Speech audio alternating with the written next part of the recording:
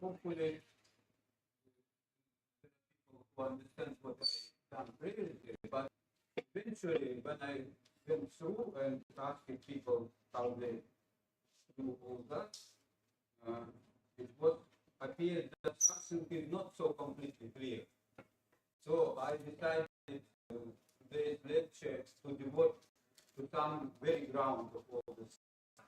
And this very ground of stuff is actually coming out from the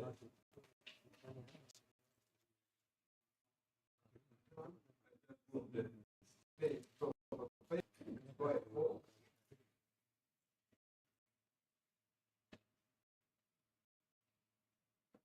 It was just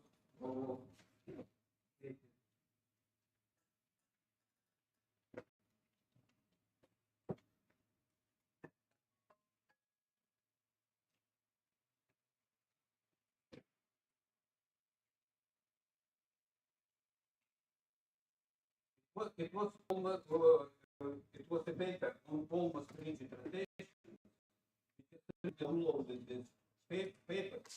I just and also if they are available in the free part of the drive, which is devoted to you, so you can download these two papers. This is the very classical papers. The first one is 1957. Both of them are put by Stewart, but the first one is devoted to the almost rigid rotation. It actually constitutes the previous part which I already give you. But today I also will explain you how this description of the Ekman-Banda layer is transformed to the real situation when we have some almost rigid rotation. As I already told you, this almost rigid rotation is concentrated inside the tangent cylinder. Of course, it's not my result, it's the result of the Stewardson. And so, of course, explore more simple geometry at his first paper. But nevertheless, he found the solution of all of this stuff and some expansion which was working here. Actually, he managed to solve this problem, but for the cylindrical geometry. But already in this paper, it was all that idea which he used later for the spherical case. For I just show you what extent formulation, but it was complete solution of the problem. Here, of course, he considered many different cases, not only that we are other cases, and but eventually he was the first of all stuff. It's interesting to note that it was actually stated all this idea. So the reduced part of the flow, which I consider reduced, is named after Krauman, because Stewardson also only find out more complicated stuff, which is allow us to understand all this boundary. But what we should, it was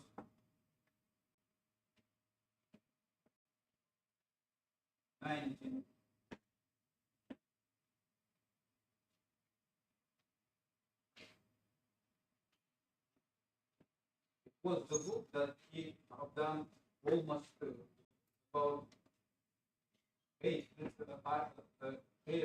years later.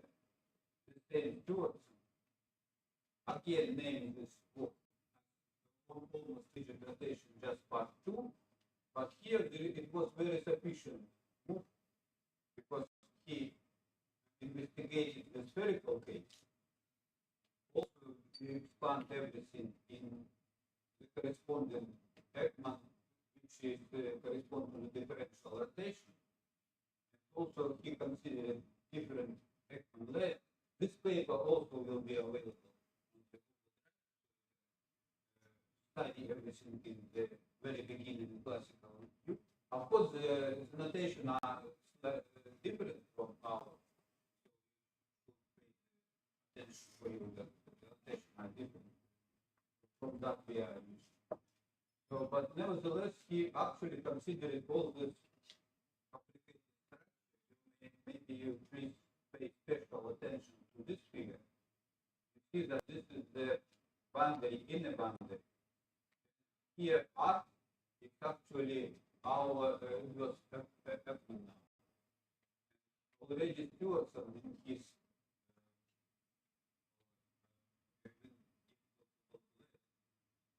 about 60 years ago, slightly less than 60 years ago, he already found all these boundary layers. The simplest one, which I showed you in the previous lecture, is the Ekman boundary layer. I showed by the. Of course, there is the same boundary layer on the outer boundary, but here it is not shown because it's quite clear how it works. So it is also the main structure, the main structure of things is that we have the shear layer, this shear layer is the mouse. This shear layer. Here there is a vast collection of different stuff. So here you see that there is in our job, it's Ekman to the 1/3 power. It's it's inside the shear layer. And outside of the shear layer, there are two sub-shear layers. One is, if you consider it an Ekman number 2/7, Ekman number 1/4 on another edge. And also there is the equatorial, special equatorial boundary layer, which is constituted of Ekman number in 1/5. And 1/5 it's value in this direction, which is just how many times and in this direction it's in this direction it's into the 2/5, and here in this direction it's e to the 1/5 if you consider E as an Ekman number. So you see this is Ekman number, this is layer, this is shear layer. So already 60 years ago, Stewardson found all this stuff, but I just warn you that it's quite complicated stuff. So we see that it's not so easy to follow. So just to proceed to this complicated layer, as best I could see, we should make some ground. Make some ground of the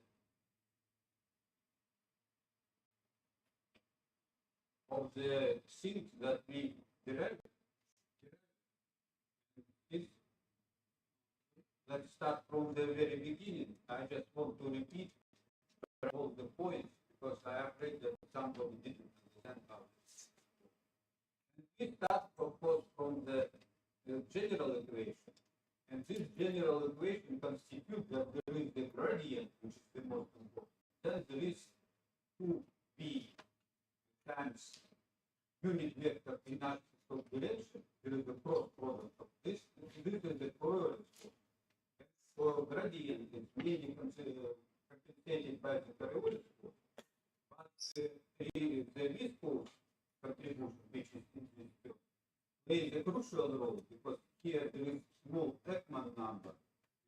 As I told you, it could be up to 10 to minus 15, but nevertheless, it's near the higher order derivatives of velocity. So to understand how it's works is very important.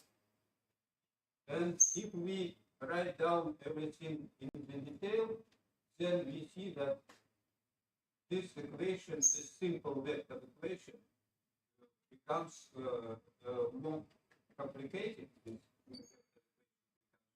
It constitutes many terms, which are written here. Of course, the first is pressure, which derivatives we obtain, and there is a Coriolis term contribution. Then there is a very lengthy term of the positive star, and here there is one more. Here there is for the third coordinate we have one more. And so, but nevertheless, also of course on the top of that we have divergence and representation of the Laplacian. The most important thing is that from Laplacian operator, all number square operators, actually in our case the same, we have the radial derivatives, which is moving against the Ekman layer. So effectively, when we are taking the radial derivatives, we are doing we divided our equation in this corresponding place where we're taking radial derivatives. We making it derivatives of the forms that effectively we divided on the Ekman number on the square root of the Ekman number. So and if we do it twice, like in the actually we divide it on the Ekman number itself. So it's quite effective instrument, and it's indicated on the boundary conditions here is colored look like that. It's just zero on the outer boundary, and it's zero except the pi component on the inner boundary. But okay, we proceed.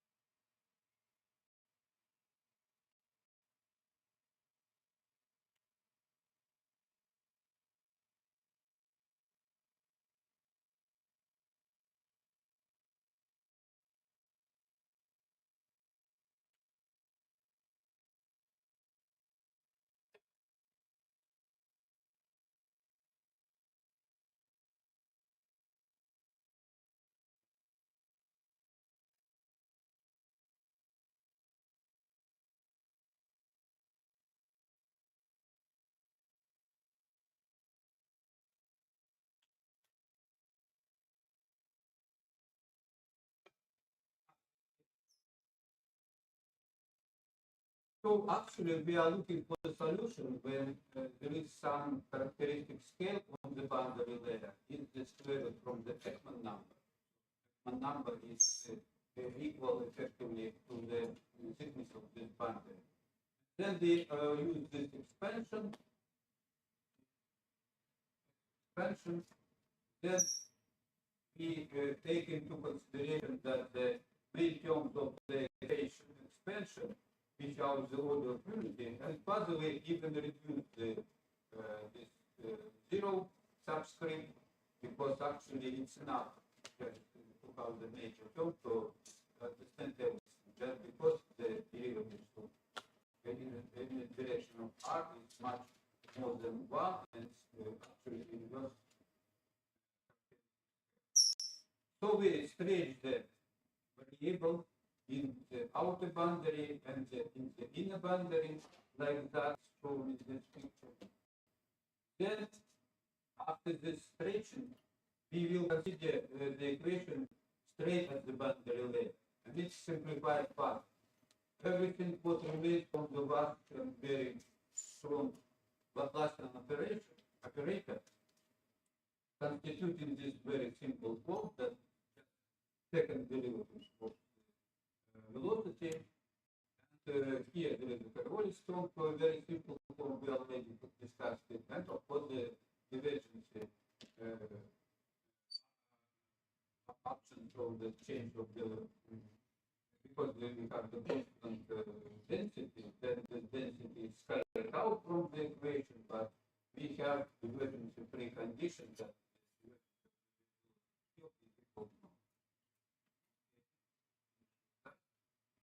then we proceed further.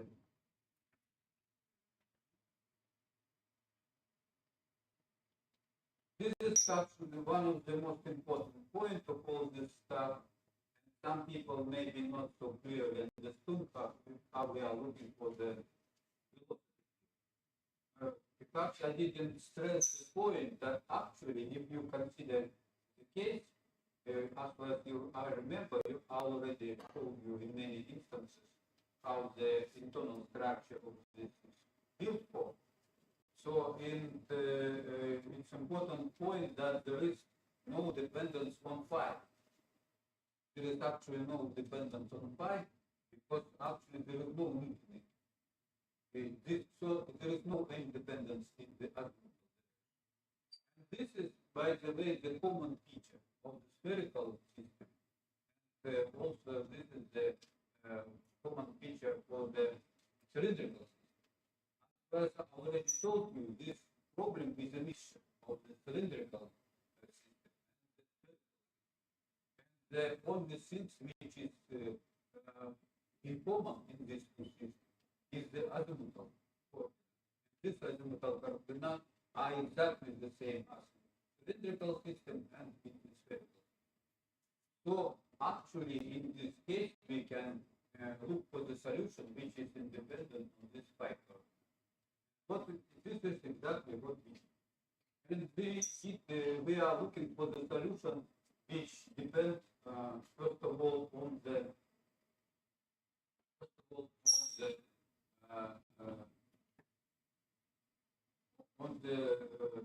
this stretch variable in the boundary. Also, because it is a spherical sense, this will also depend on the theta coordinate. Of course, there is another contribution. It's interesting to stretch that while there is no dependence on phi, nevertheless, there is a very clear flow in this direction. So actually, this velocity field has only two contributions. One contribution which is in latitudinal direction, or another contribution which is in azimuthal direction. There is no flow in the radial direction, just because there is a non-penetration condition. As the boundary itself, the radial direction is completely vanishing.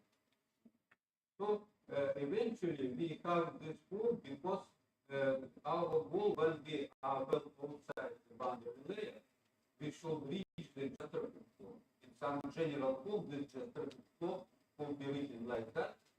But when we are exactly on the boundary, this sort of the moment free function should compensate this one. And it should satisfy that boundary condition which I just showed you in my previous slide. So eventually, this is maybe things which was not clear in the center. I just remind you. So eventually, we reduce the problem to this problem. So you see, it's look quite rather simple form of problem, and you see that there is a derivative in the radial direction. And it's important to mention that in this case, there is of course the latitudinal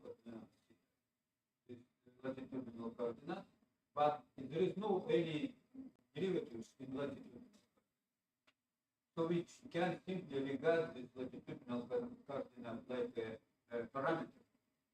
So we at each particular latitudinal coordinate, we just involve the solution, corresponding solution is taken into account this cosine, value, other value, and then so we obtain the corresponding solution. And for this solution is written here in terms of the boundary, not solution, but there are also corresponding boundary condition which you give a particular solution. Of course, this is on the if we consider the outer boundary, we see that here there is some vanishing of the latitudinal velocity, and there is the free function. It should be opposed to the just traffic flow constituted in some the 0, 1 value. And on the inner boundary, we have the similar situation. Only the very large difference is that this inner boundary is under the rotation. So differential rotation is described in positive differential rotation, that inner boundary is rotated slightly faster. It's described by this.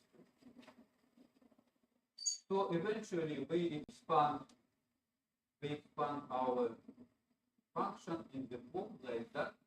We expand this free function which we are looking for. Lambda.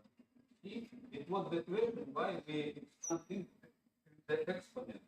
It's quite natural because actually you see that we have, if we forget that the theta is some coordinate treated like a parameter, and all other stuff then we have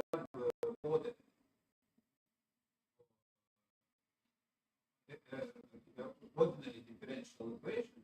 So there is only differentiation with respect to C, which is direction, but it's radial direction.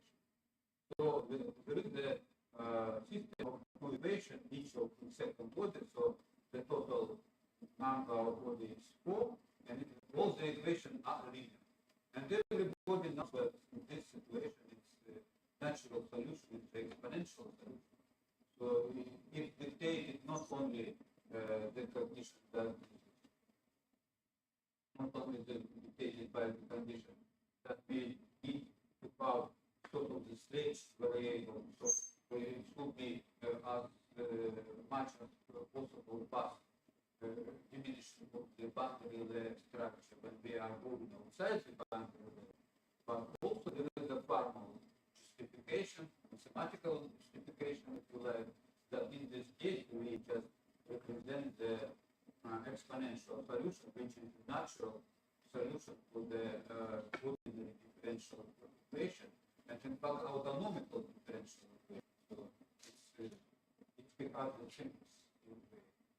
So eventually, for some characteristic number, we have characteristic equation. For this lambda, we can estimate it, and eventually, when we put this here in this expansion. So eventually, we have characteristic equation, which is written here, which is quite easy to solve, and it's dependent on theta. And so eventually we are getting this relation for the numbers. By the way, we can do it in another way. If we make the characteristic equation just to one function, it's also possible. We can expand it and simplify to the equation just to one function and include it into the equation. Of course, lambda will be the same. That case. And then we can show the general solution for this.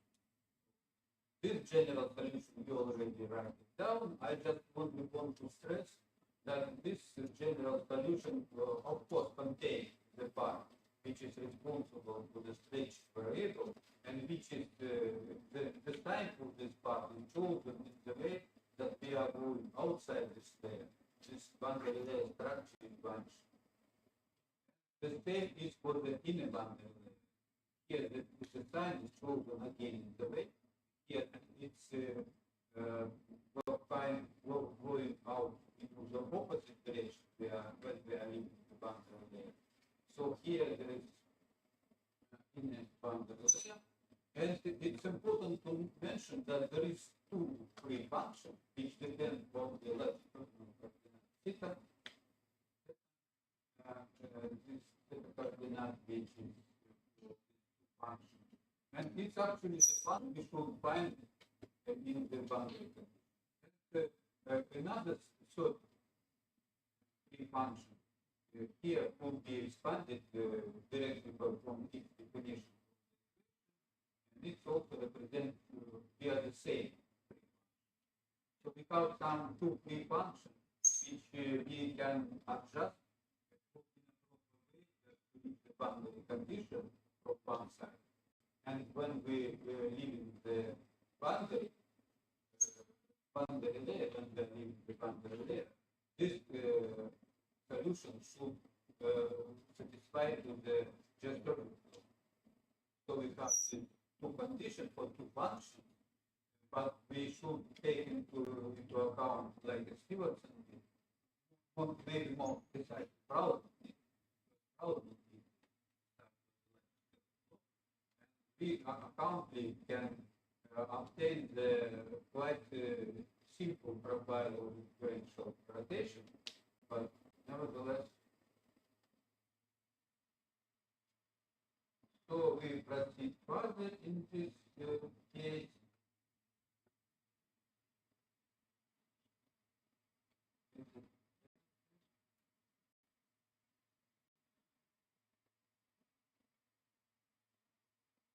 Okay, so at this point, I just remind you what we have done before, and now we proceed to the case which is actually responsible for our situation, and I just find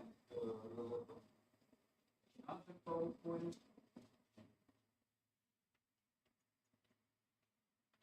Okay, you see. And so let's comment on this stuff, and so now we consider the next chapter, which we, because it was some change in the initial program, we omit, previously we omit this chapter. But now when we understand that this is quite important, we took it back and we made it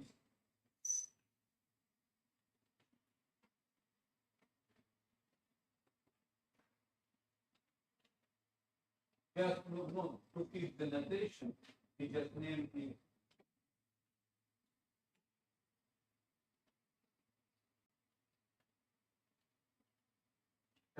PA. So it will be two chapters, which are one of them devoted to the differential rotation of the textbook, another one which is devoted to the complicated Stevenson layer, shear layer, and particle layer. So it will be 3A chapters and 3B chapters. This is the additional chapters which are quite important in order to understand how finally we can find the solution for the whole component of the velocity for this shear layer, which structure it can. But of course, it's a very endless problem. So I will guide you in this chapter only to the some idea how such things work and understand it. But if you want very detailed, please see this papers which we attach. So in this papers, we will obtain the very particular detail of the solution. Here I actually have no time to explain the details. I just explain which is more or less all. And of course, we start with the chapter 3A, and its name flow outside and something cylinder. So this new chapter.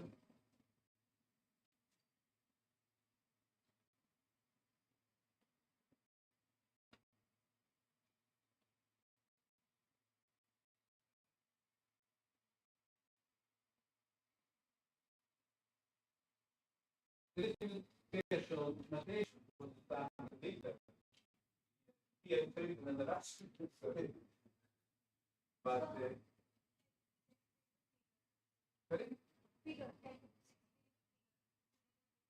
Ah, why is it going this way? I don't know. This way, okay.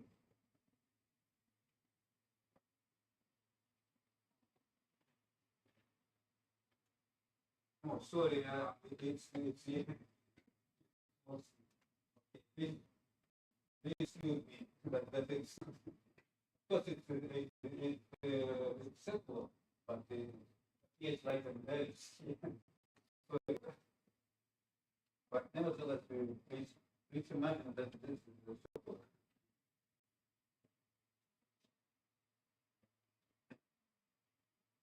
But on my screen, it's okay. Let's see. Okay, yeah, of course, you explained it. And now I will proceed to that. So I have just now state that the basic symmetric and so I wrote down the name of the chapter. It's flow set inside the tangent cylinder, but the first paragraph we may even write it down. I will not repeat this down. So it will be paragraph named like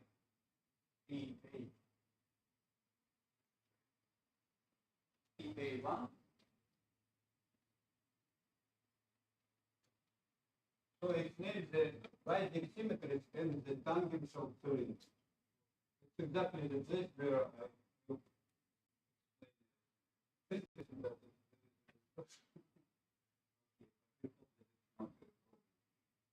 So in the two previous chapters already this problem, somehow within the problem. So in the two previous chapters, I left undefined the cylindrical function US and the two spherical functions. So they left.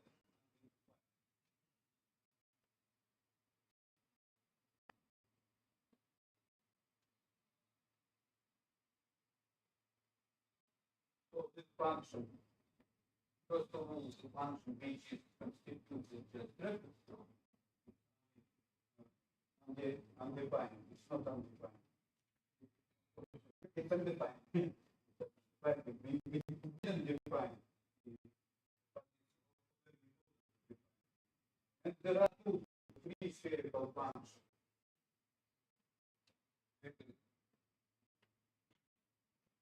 For outside, which depends on another one, which is related to the inner boundary. Again, depends on the one. And they, which respectively define the flow in the main volume and in the visible the flow which is under the this is the boundary flow which is not only the boundary. If we go away from the boundary left to this exponential dependence, this dependence on this function is one. So this they effectively define the flow in the main volume and in the boundary left. So they define the main volume here, in the boundary left, here, and here, and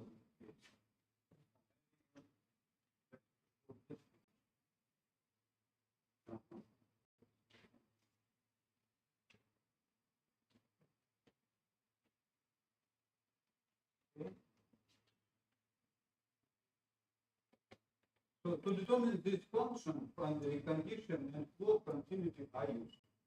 So actually in this chapter we determine this function and the flow continuity we use. And the region with the significantly different properties I identified in the entire territory created layer under consideration. So let us consider the two main symmetries of the problem in order to understand into which region this layer is divided. So there is a two symmetries of the problem which you see.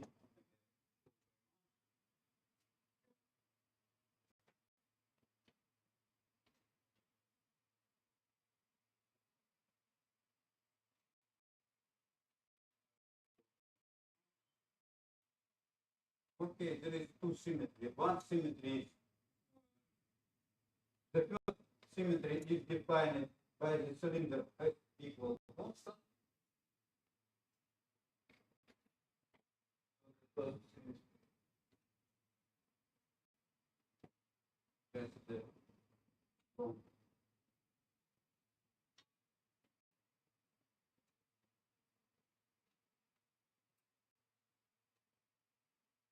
is the first symmetry. Symmetry is defined by the S equal constant symmetrical with respect to the axis of rotation. Since they are subject to the constant diastolic pressure and rotation, which are completely determined by the Coriolis force and the law of conservation of mass. Here the reference on our previous situation, but I will not show you. I hope you remember them. And the second symmetry, first symmetry, and second.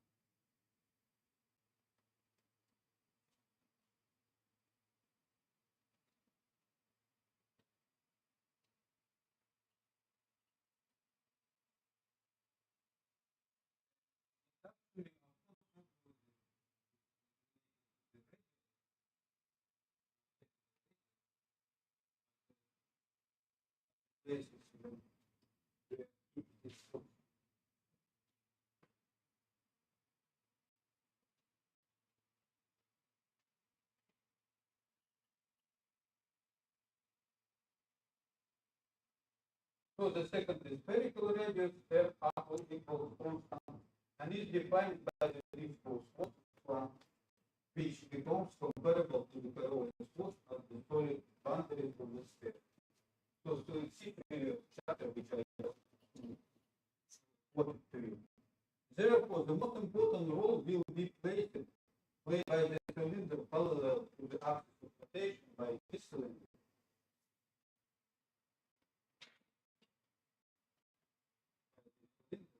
Parallel to the axis of rotation, and the cross section of this cylinder is shown here. Of course, it has crossing one boundary, another boundary, but in different ways. So there is the side tangent cylinder, this whole tangent cylinder. This is the edges of this tangent cylinder, the upper boundary which coincides with sphere, and lower boundary. Therefore, the most important role will be played by a cylindrical parallel to the axis of rotation, touching the inner sphere and then ending at the boundary with the outer. As shown in figure 6, actually this figure 6. Such a cylinder dividing the spherical layer into regions with the significantly different flow is called tangent cylinder, as I already told you. And here just it's in the Russian rotation, but in English, of course, tangent cylinder, the special letter.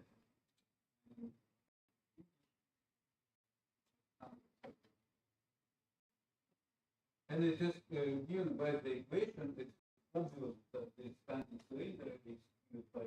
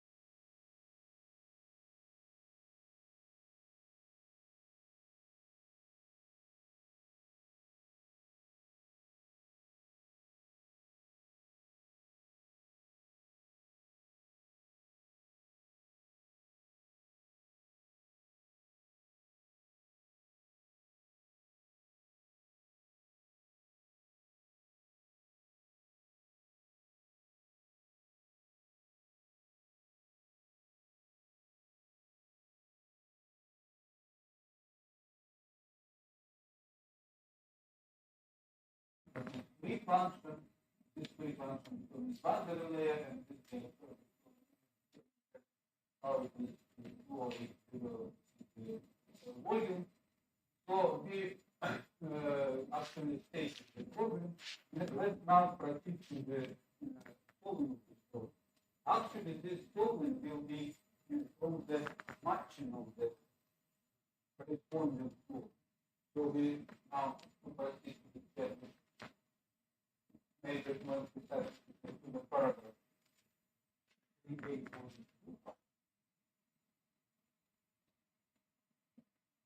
So the name is supposed better to put in the question mark or in the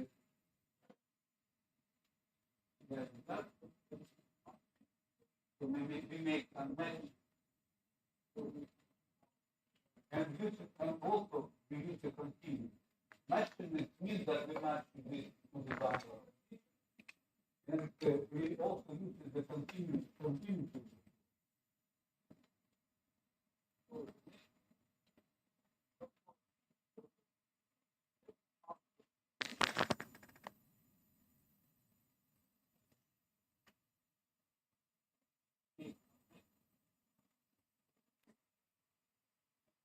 So let us now explain our match. Inside the tangent cylinder, inside tangent cylinder, we have inside tangent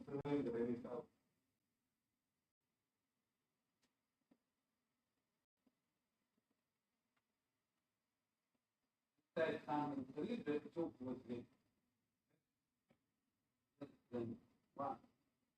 And of course, it's always greater than 0. I will not write it down. But for the case s less than 1, we are exactly inside the tangent cylinder. Here we have s, here there is a boundary s equal 1. So if we less than 1, then we inside the tangent cylinder. Inside the tangent cylinder, and for a fixed distance from the rotational axis, s equals f sinus theta. Here it was mentioned that there is a relation between spherical and cylindrical coordinates. S equals r sinus theta. We should always put it in our mind to remember that. So we consider the boundary condition for the orbital component of the velocity v. So here are this boundary condition for the orbital component v, right? And here there is a reference from our previous equation from the preceding chapter.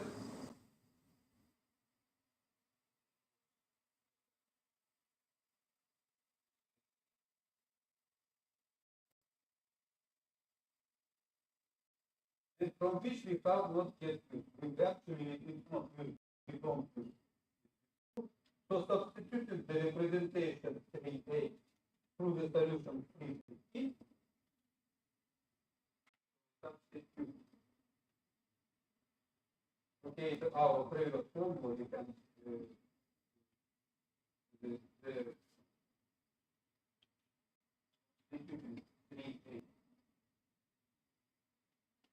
through the system.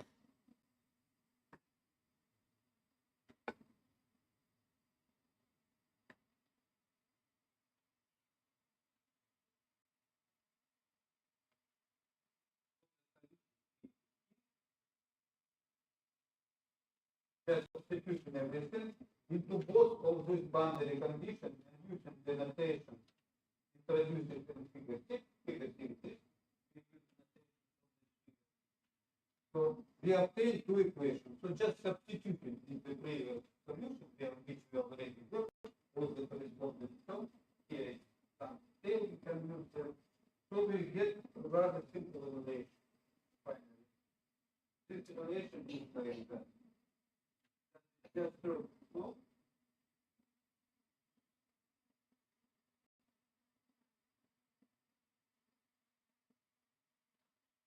Just true. No?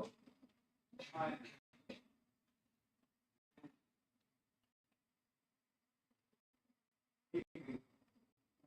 function. It's necessary to express that replace. You remember that every function is the function of theta, but we just replace theta in the range of the dependent function. And then also for another boundary, for one boundary. Okay, it's possible to write it equal 0, but maybe not easy to write like that.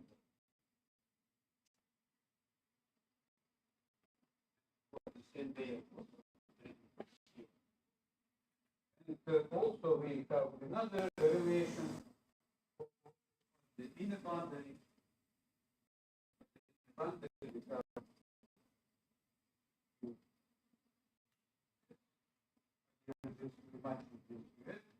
here it has this class.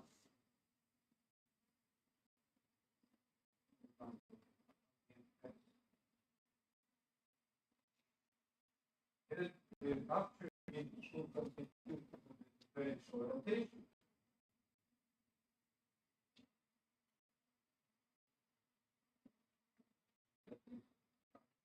Dimensional form.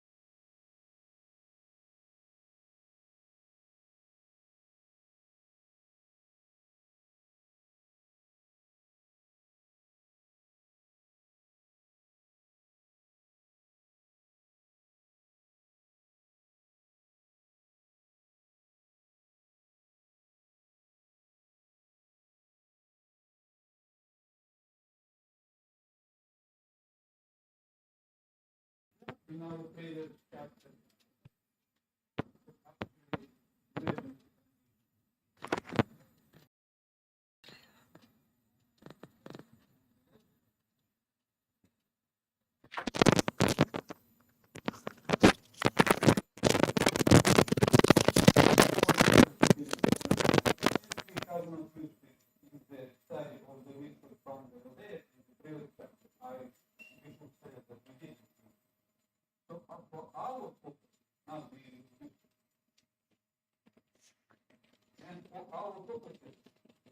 convenient to use the integral form of the inconsistency condition. As you see that this is the differential form, but we switch from the integral form of the condition, and you know that there is the integral theorem. If you take the integral of the divergence, then you transform it to the integral which is related to the outer boundary. So, for this we consider to take so for our purposes, convenient to use the integral form. For this we consider an arbitrary cylinder with a fixed radius s equal s sine theta. We consider some particular cylinders, for example, this one. This one, for example, but for this we have s equals s sine theta. So for this we consider an arbitrary cylinder with a fixed radius. That's the standard.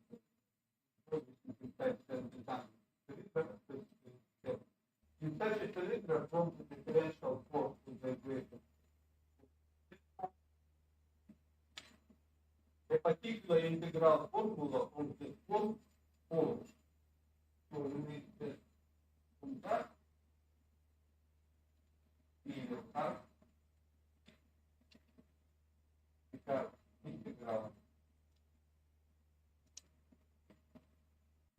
from theta e.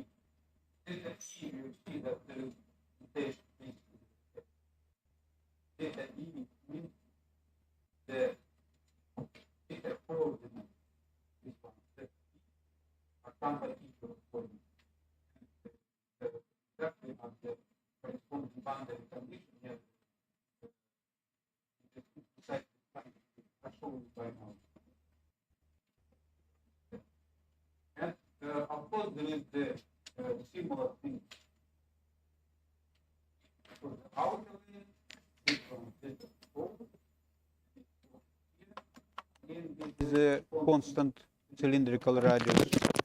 So eventually we have this integral with ZO on the top, which is this integral from Zi, which is here near the boundary, and then we proceed to the ZO, which is closer to the outer boundary. So actually, we take the cylindrical coordinate of the velocity vector. Then we integrate in perpendicular direction along the axis of rotation. Of course, we integrate boundary to another boundary with correspondent S, of course. Okay, we also keep here S constanta. So here we just let's just stress that for your understanding. Okay, it's formula. Let's number this formula 3A1.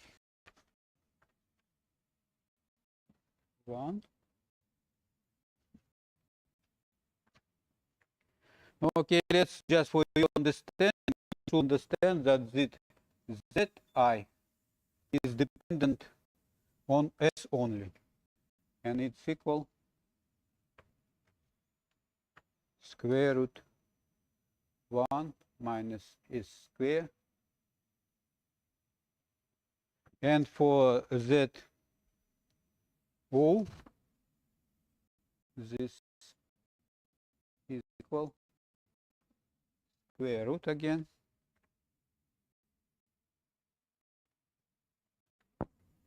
C square minus S square.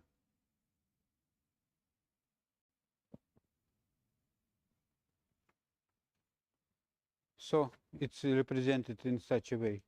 And it's necessary to mention that at the moment we consider only upper part, so we consider the positive Z. But in the same respect, we can manage with lower part, but in this case it will be negative. So in front of this root will appear the negative value if we operate in the lower part of the tangent cylinder. But at the moment, let's just operate in the upper part too, and it will be actually enough for our purposes.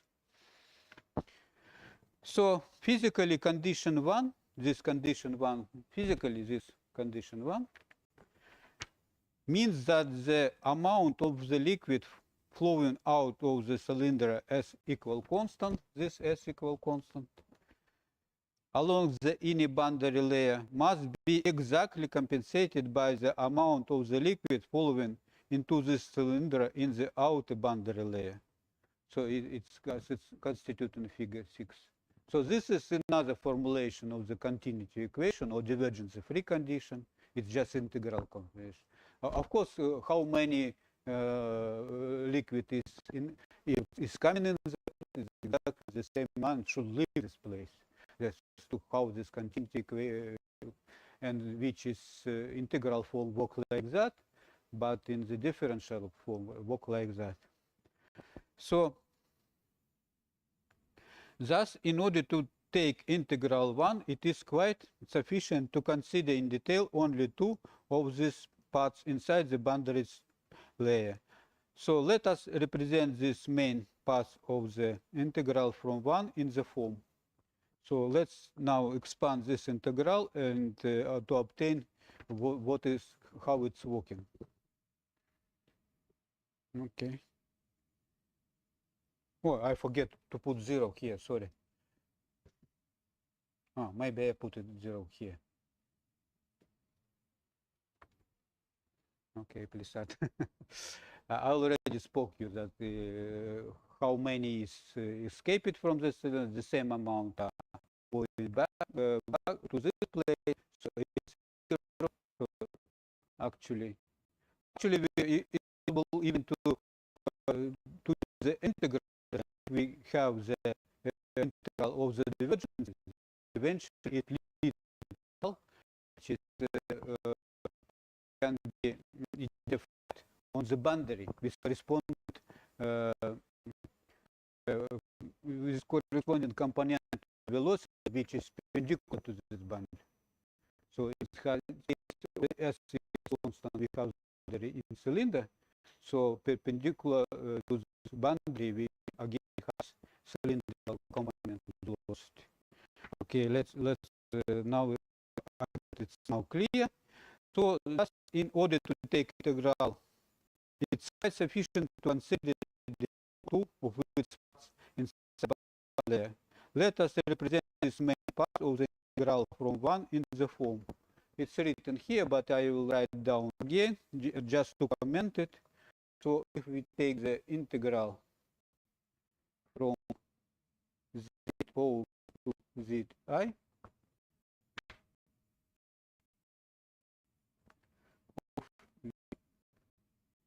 yes, z, then it's equal.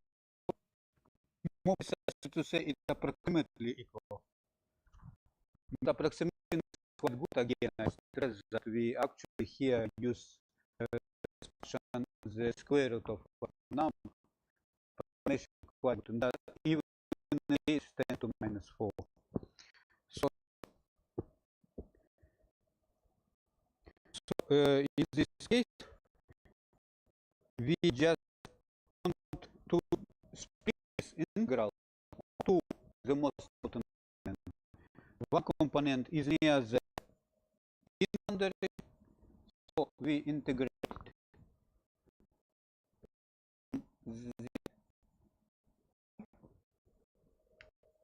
up to the I plus some delta I. Just it. Okay, here we keep the same. Oh, sorry, I think.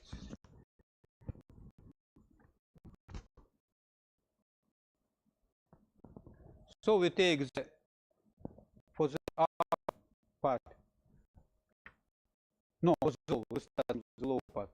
For the low part, we take from band itself that I. That I, which I showed you on this picture.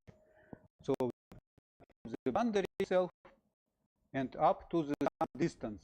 As I already told you, if we leave the boundary layer, so just outside this boundary layer, we have that this thing's boundary layer structure is completely vanished. So it's more than enough to just to proceed to some distance, which is slightly more than the Ekman number in 1/2, because it's our parameter. So we can stay more or less in the boundary layer and leave it not much and neglect other component.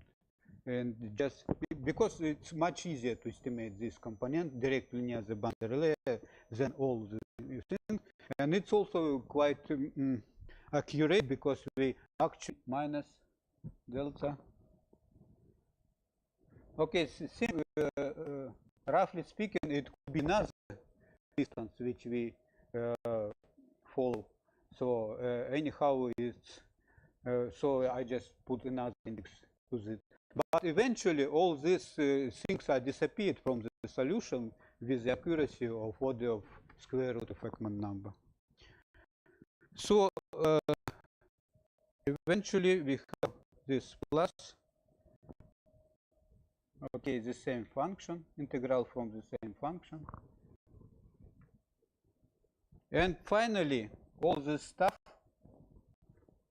is of order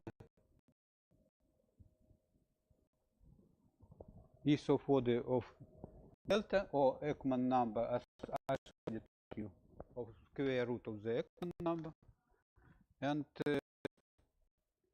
it's of course equals 0 approximately. But approximation is quite good because I already told you that this approximation up to the square root of the Ekman number is more than good for our case. Okay, so it's equal to 0. So we substitute the next formula.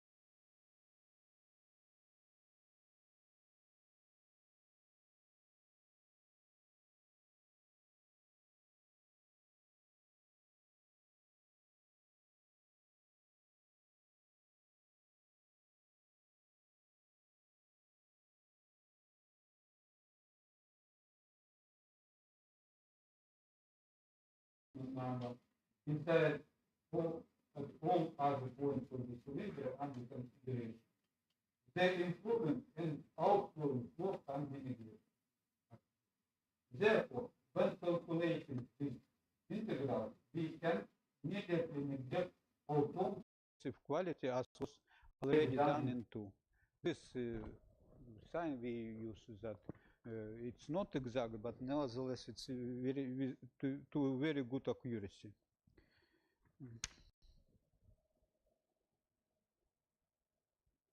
So after each such neglect, okay, so let us first calculate the first integral from 2 from S. Okay, I don't know, maybe we just stop at the moment because it seems we already spent 1 hour just to have a break, and then it will be important derivation of this equation. So actually maybe we after break to have that.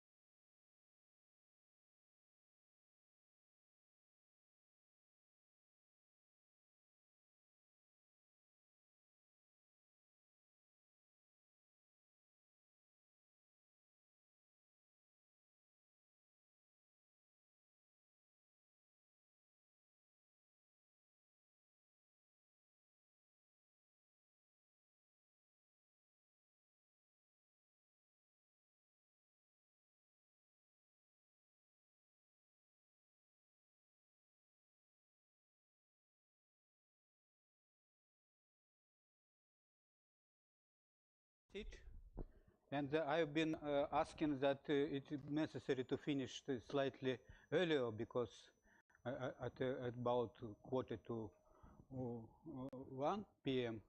it will be sort of the laboratory meeting or something like that. So I will try to give the end of this in 1.5 hours or something like that. how it will be possible. So we stop it on the estimation of these integrals and wrote the formula 3a.2. And here I just remind you the idea. We expand this initial integral, which is actually manifestation of continuity equation or divergence free condition, whatever you like, or constant density. It's actually all the same. And so we just write it down in the integral form. And this integral form has two contributions. One contribution near the inner boundary layer could be written like that. And another contribution near the outer boundary layer could be written at that. Anyhow, we, in order of magnitude, all this stuff is of order delta, which is square root of Ekman number, and it must be equal 0. So this is the exactly relation, third relation, which we need to estimate,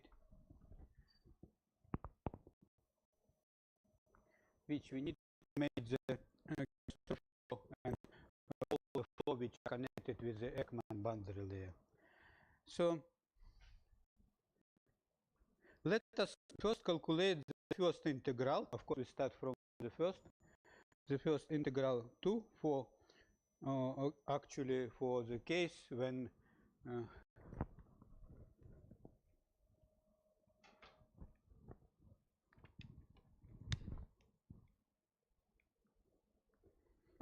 we have constant cylindrical radius, or other words, at the case is a square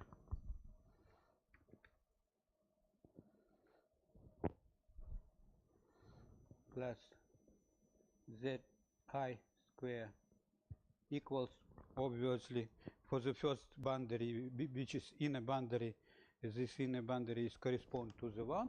It's called like 1, so just equal 1. In the inner boundary, to do this, we represent here the stretched variable theta through a small increment of the cylindrical height delta I. Let's do that. For that, we just make free the upper part.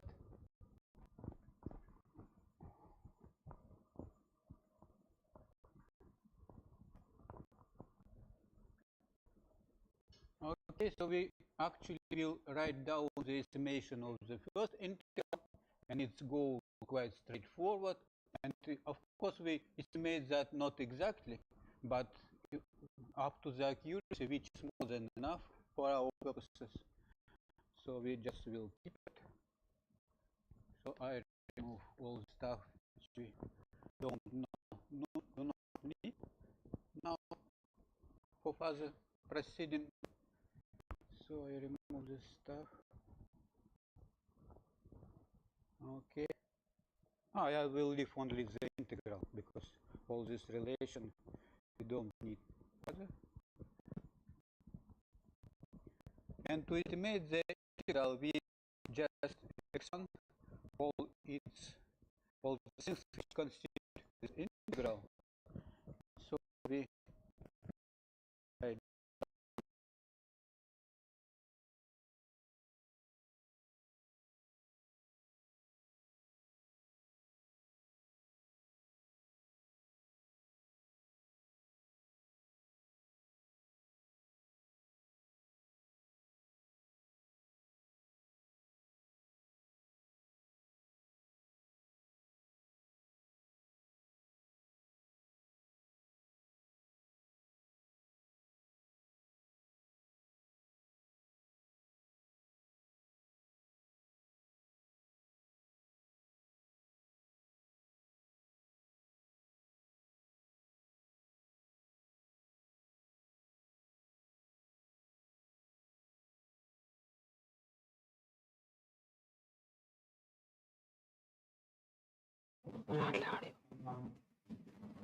So then we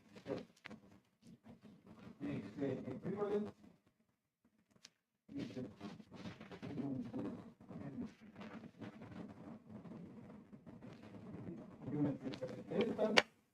Then we expand this, and we expand this into the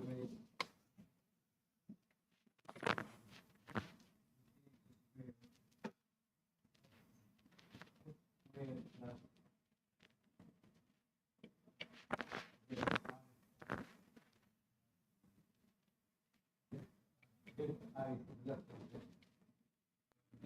on this extent of area. I already defined it here, so I just repeat.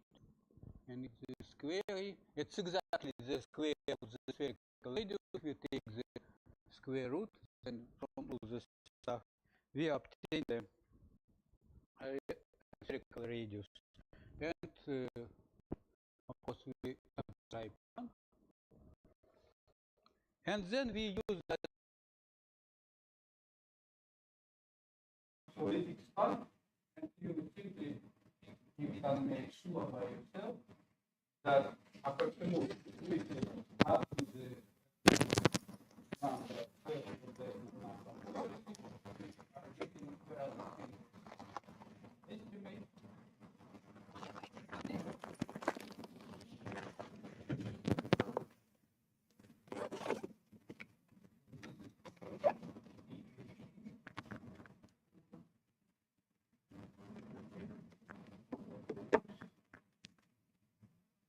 Okay,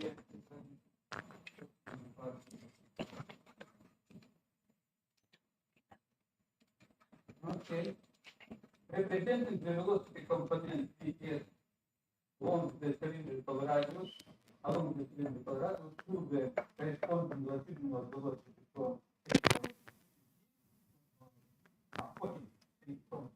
3.14 and expressing the case delta I through the stage related to 3, we calculate the slope integral from, let's now calculate the slope integral, substitute all the stuff.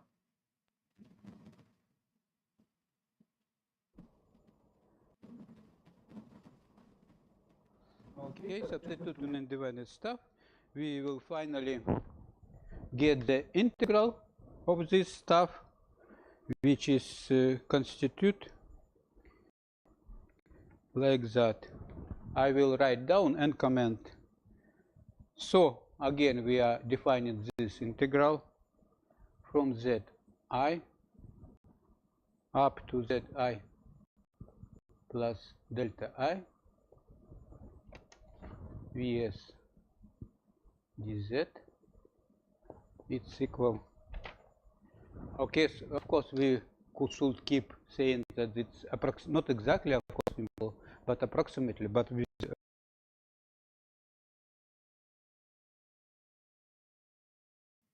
actually the approximation of this condition that it corresponds to 0.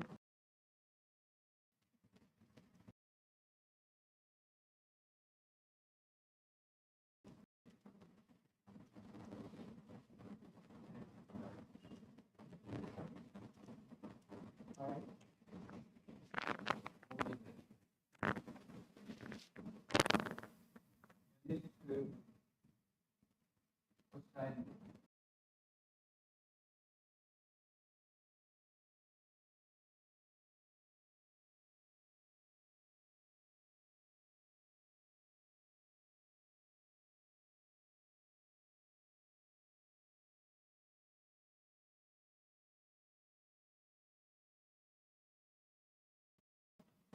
And here there is the new message that we are not integrating because that we integrate in this, but after there is we to integrate directly in this.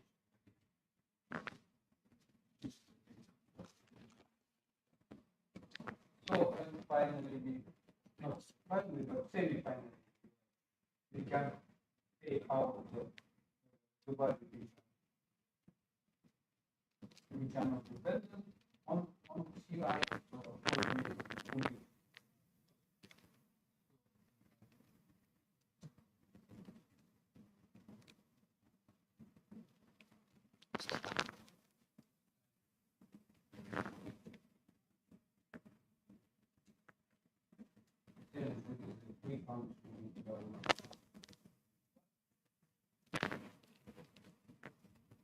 Which is coming in this people this one.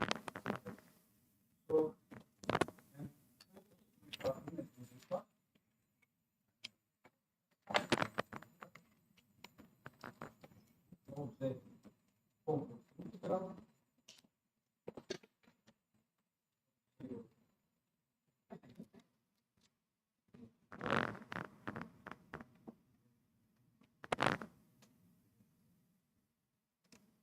here there is our exponent which we took from the previous chapter.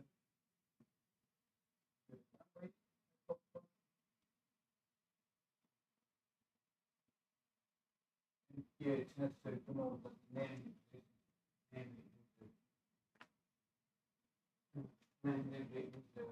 in a boundary layer.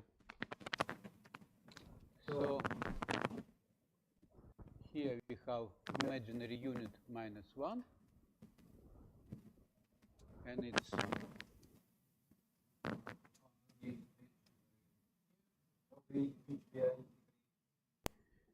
okay.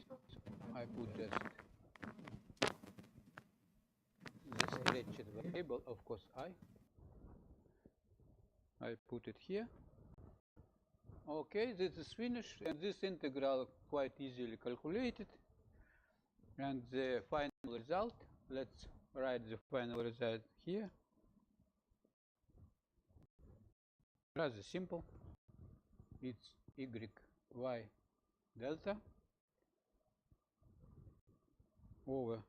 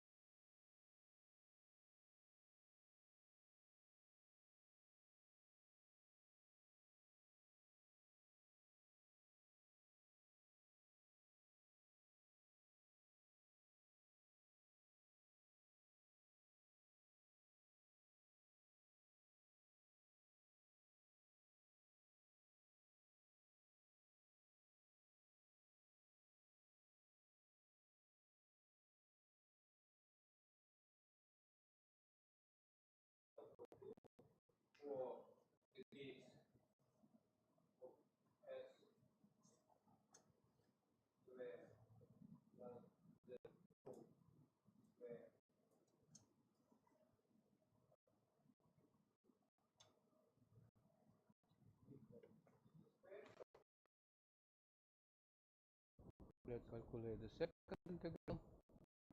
I don't know calculated it here or not. Okay, it's calculated. So I just repeated and remind you. Let us now calculate the second integral from 2, 4 with s square z o square equals c square in the outer boundary layer. To do this, we represent here the stretched variable theta o through a small increment of the cylindrical height o. So actually we repeat almost everything. So we just for you to understand how it's work, repeat in more detail. So again we represent the stretched variable. By definition, it's r minus c. Here the case, again, I remind you, for the stretched variable of this type, we also divided r from the c, and it's always less than c. So we have a unique representation, but the signs appears different. You see? Okay, I removed that, but nevertheless, for the case, for this we have actually negative value of this stuff, because r is always smaller than c. C is, I remind you, this is the outer radius, which is about 3 in the case of the Earth. So actually, boundary layer structure well outside the boundary layer. So we expand it in the same fashion as we did. Let me a little bit shorten this derivation, because actually it's very similar to that, but only with taking into account that we are working not in the inner boundary, but in the outer boundary layer. Okay, I skip this intermediate step, but I hope that you will do it by yourself. I just will write down the final result, and the final result looks like that.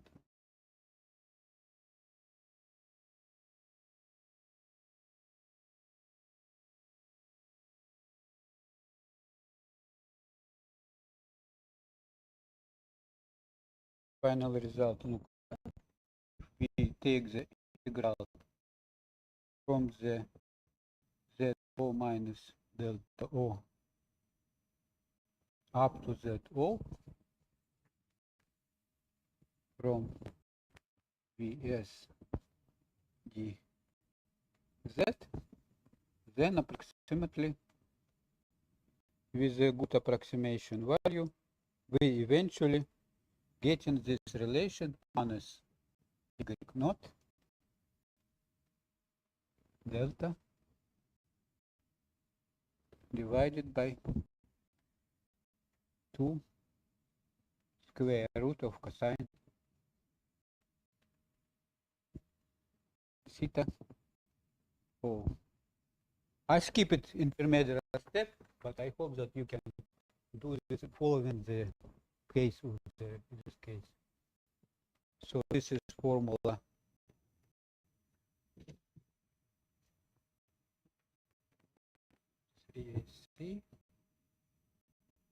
CA6.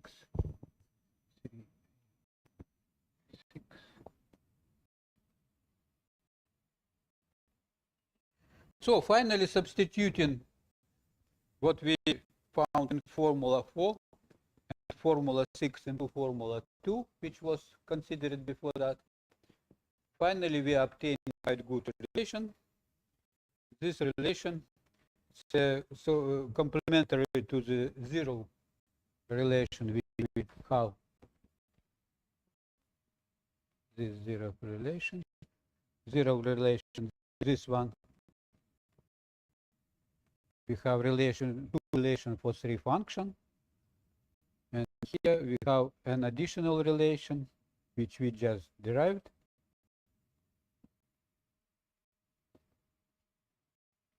So we will derive this relation, and here we can write down this relation which follows from this estimation of this total integral. Let me remove this stuff from here.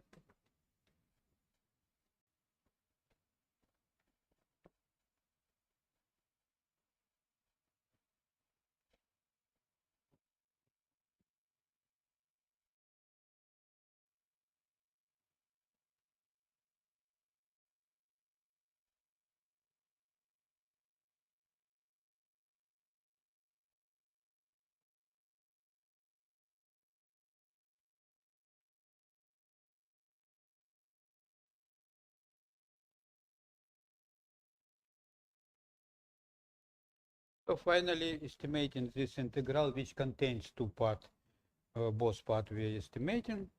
So we finally, let's write in another, slightly in another way than it's written here. Let's write it more simply from my point of view like that. Y is equal. It's necessary to stress that this y is depend only on s, and it's equal big square root of c square root 1 s square. Quite tricky result, but rather simple. Then we have denominator. This denominator is square root from c square minus s square.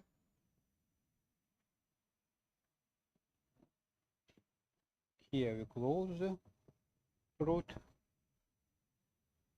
and it's all multiplied by y from s. So we are getting extra relation between these three functions. I just make a little bit more from my point of view simple stuff. So this formula 3.3a, sorry, 0.7. So we have this desired relation. So we have actually almost everything to complete. However, there is another one things we need to do. Okay. And these things which we need to do, so we already have everything to find out how the gas traffic flow and corresponding differential rotation is it. So of course it's was to devote the separate paragraph for that, which will be sort of the resulting paragraph. So it will be chapter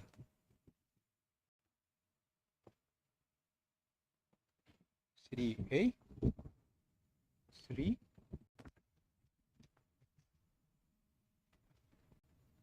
which we name, you can just write down, differential rotation and the pressure gradient. Differential rotation and the pressure gradient.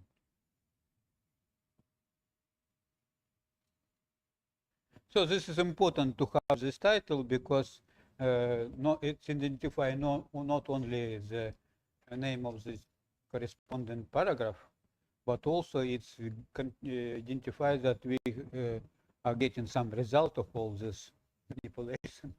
So, and this result based on the formula 0 and 7 from the previous 7 is this one. 0 is the initial formula that we, I don't know, is it on the screen? Okay, let's see. Yeah, it is here. So this is 0 formula is related to by two relation 3 function. We have 3 function u, egg o, and egg I, and we have 2 relations. And finally we have the third relation, so we can now fully determine the desired function. So based on formula 0 and 7, which I just showed you, we uniquely determine the geostrophic differential rotation and 2 other free functions inside the Tangent cylinder. It's necessary to stress that first of all we are determining them inside the Tangent cylinder. So this is the result, can be written like that. Of course, first of all we write down the geostrophic flow because it's perhaps the most important, U over S. Why we divided this geostrophic flow over the S? Because it's exactly angular rotational rate. Directly from definition, this is angular rotational rate. You just even write it down.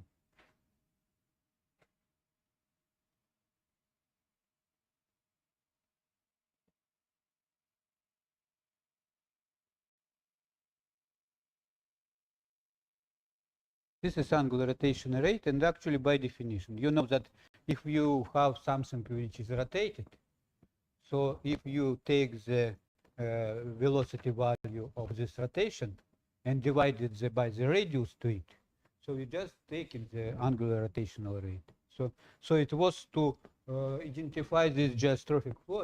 Initially we name it this capital U function as the geostrophic flow. But its physical meaning is that it's, if we divided it by S, distances from the cylinder around which, in which around some axis of rotation it's rotate, it constitutes some rotation, so we have an angular rotational rate. It's a physical sense. And it gives a little bit tricky formula, but nevertheless it's quite simply look on the picture. I will show the picture you later. And this is fourth root of c square minus s square. Then there is big denominator. Of course, again, I am skipping the intermediate steps, and it will be your responsibility to do them. I just will write down sort of the final result. I will not provide you with international steps, but perhaps you will be able to do them. I hope so.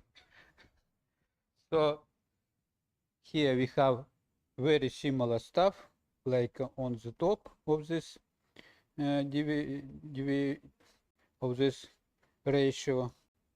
So it's exactly the same actually here term.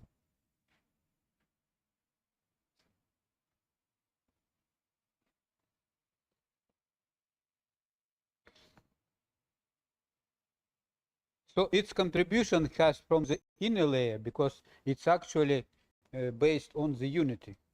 And the next contribution is coming from the outer layer.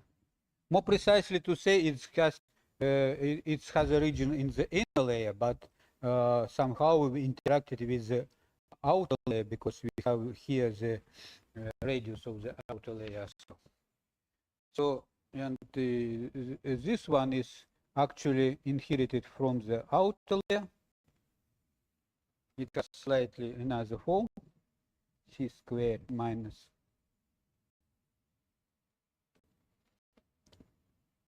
c squared s squared. I just remind you that this s could not be greater than 1, so this very good satisfied. Okay, and from other point of view, the same things is equal to the ratio of free function at the outer layer divided by s. Also some analog of the angular rotational rate, but a bit more tricky. And the final function which we are determining is the free function in the inner boundary layer, y. Let's write it in slightly another form. But of course we can write in the same form, but for your joy, I make it in slightly another form.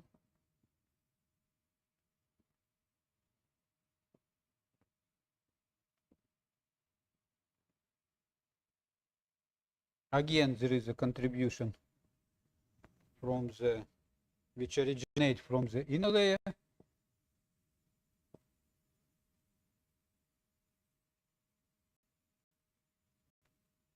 This root is of the first power, of the fourth power, sorry, this root of the fourth power, just because we have four order boundary equation initial, so it's coming from that.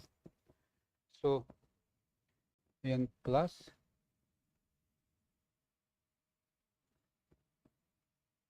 the same like this.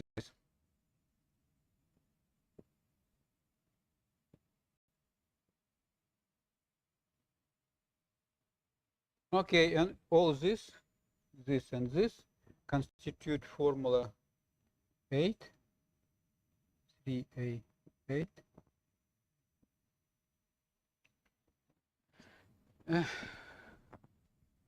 And we can even present the graph. It's too simple. We spent a lot of effort, but eventually we. Okay, I show you this thing. Which, if you didn't write it down yet, you just may write it down now.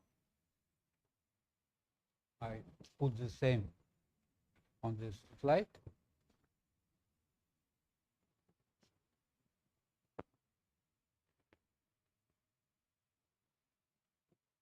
So, did you write it down?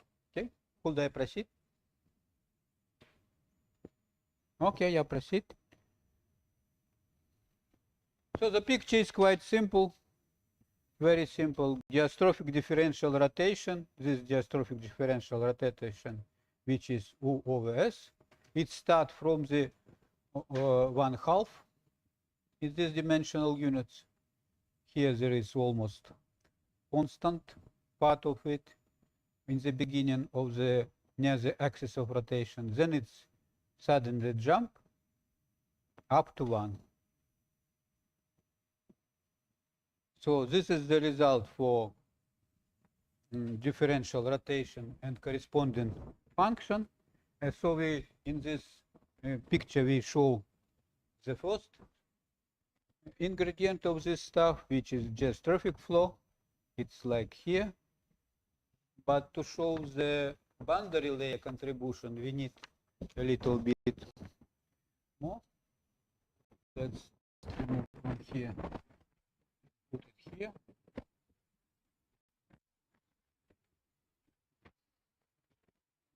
and comment, of course.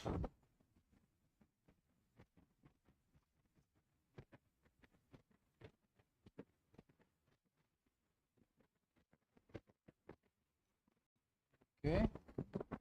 So quite all this what we are discussing now was invented by Proudman.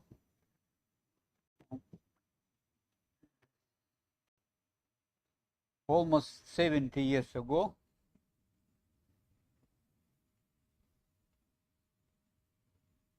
Almost 70 years ago, exactly. More precisely, maybe 68, 69. Less, sorry, I have mistaken. 68, 69, something like that. In 1956. So we write down and show you on this picture the differential rotation, or more precisely angular rotation rate, which change only with cylindrical radius, and it's changed from the half to the value which is equal 1, so it's actually co-rotate with the inner core on its top position. But for what we can write down about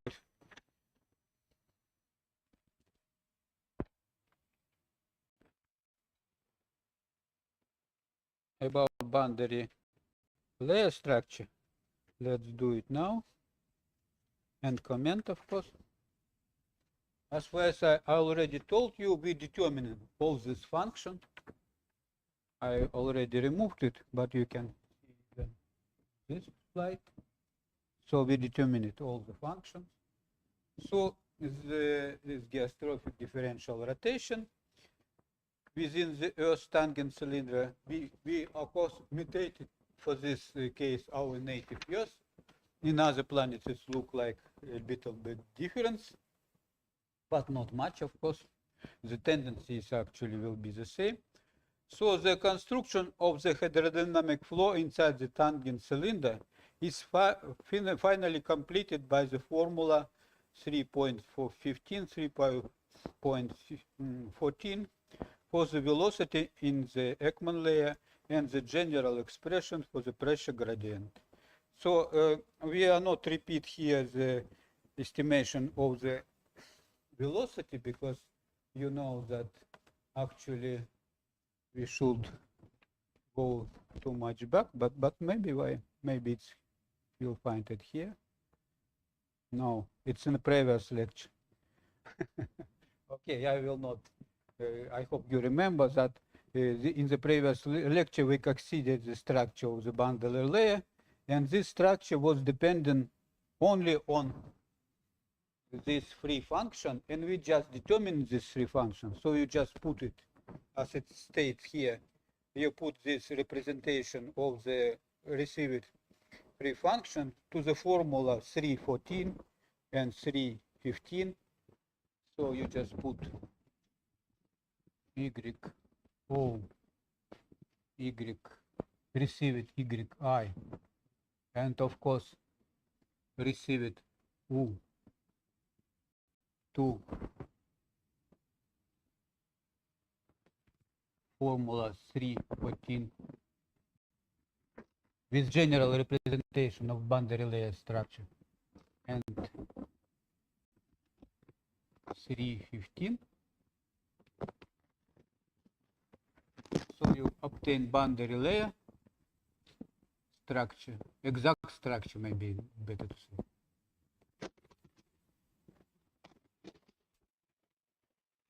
Exact structure. So, but for pressure gradient, we didn't write anything, so why not to write now this formula? And for this formula, I will just write now for you for the gradient of P. It was in our previous lecture, it was the task when we defined it somehow gradient P. So now we can use that, and also maybe we separately, specially, make the notation for the gradient of the pressure. And this gradient is working like that. It's written here, but let me comment on it.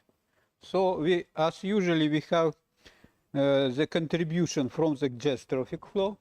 This contribution from the geostrophic flow is quite simple. It just compensate. So it's U from S, exactly that U which we obtained. This one. Then it's in the cylindrical direction. So we have unit vector in the cylindrical direction. This is constitute perhaps the most important. It's not that good to say that important. Everything is important, of course. But at least the initial value for the gradient P with not doing to the regard the boundary condition. If we are taking into regard the boundary condition, then we have such a form which has a common multiplier like that, theta, and then we have separated part for the inner layer and for the outer layer. And of course, I again remind you that this stuff which is an inner and outer boundary layer work only near this layer or exactly in this layer. If we move at least slightly outside the boundary layer, this structure is totally clear and we just return to this geostrophic flow. But at the boundaries, they can be very great influence. Actually, it's even cancel that. So at the boundary, just in order to satisfy, of course, the boundary condition. So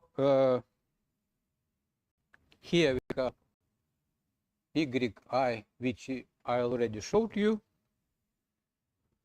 Then we have yi depend only on cylindrical radius. By the way, we know that everything is depend on cylindrical radius. Okay, let's skip it, at least at one place. Okay, so here we have this function. I will not write here further that it's dependent on S. It's clear because we just received them and you saw them.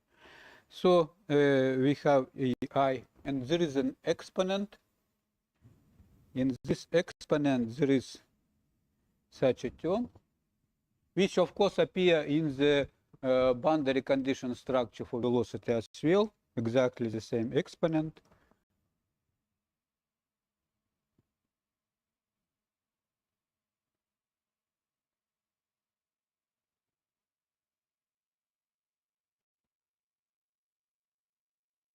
Here the subscribe I means that this thing is working only exactly in the inner boundary layer, just to distinguish from other variable. So it's working exactly only in the boundary layer. And you see that there is an exponent which is in the direction that when we leave boundary layer, so it becomes smaller and smaller and disappear at all, at least if we just pass few steps, each of step is for the square root of a common number. So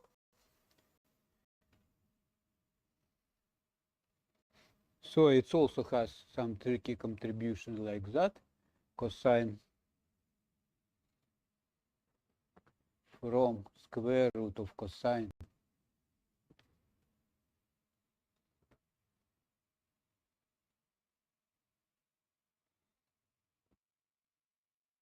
theta e ci. It's rather symmetrical, of course. The eigenvalue which come, or characteristic number which come from here is exactly the same like here, just with some multiplier. And here it's interesting that this Ci again appear, and we call the bracket, and this is the contribution from the inner boundary layer, and there is a similar contribution from the outer boundary layer. It's also contains the function. Okay, I'll try to fit it here. It also contains the function and minus sign here, y o. epsilon. The same structure, but for outside value.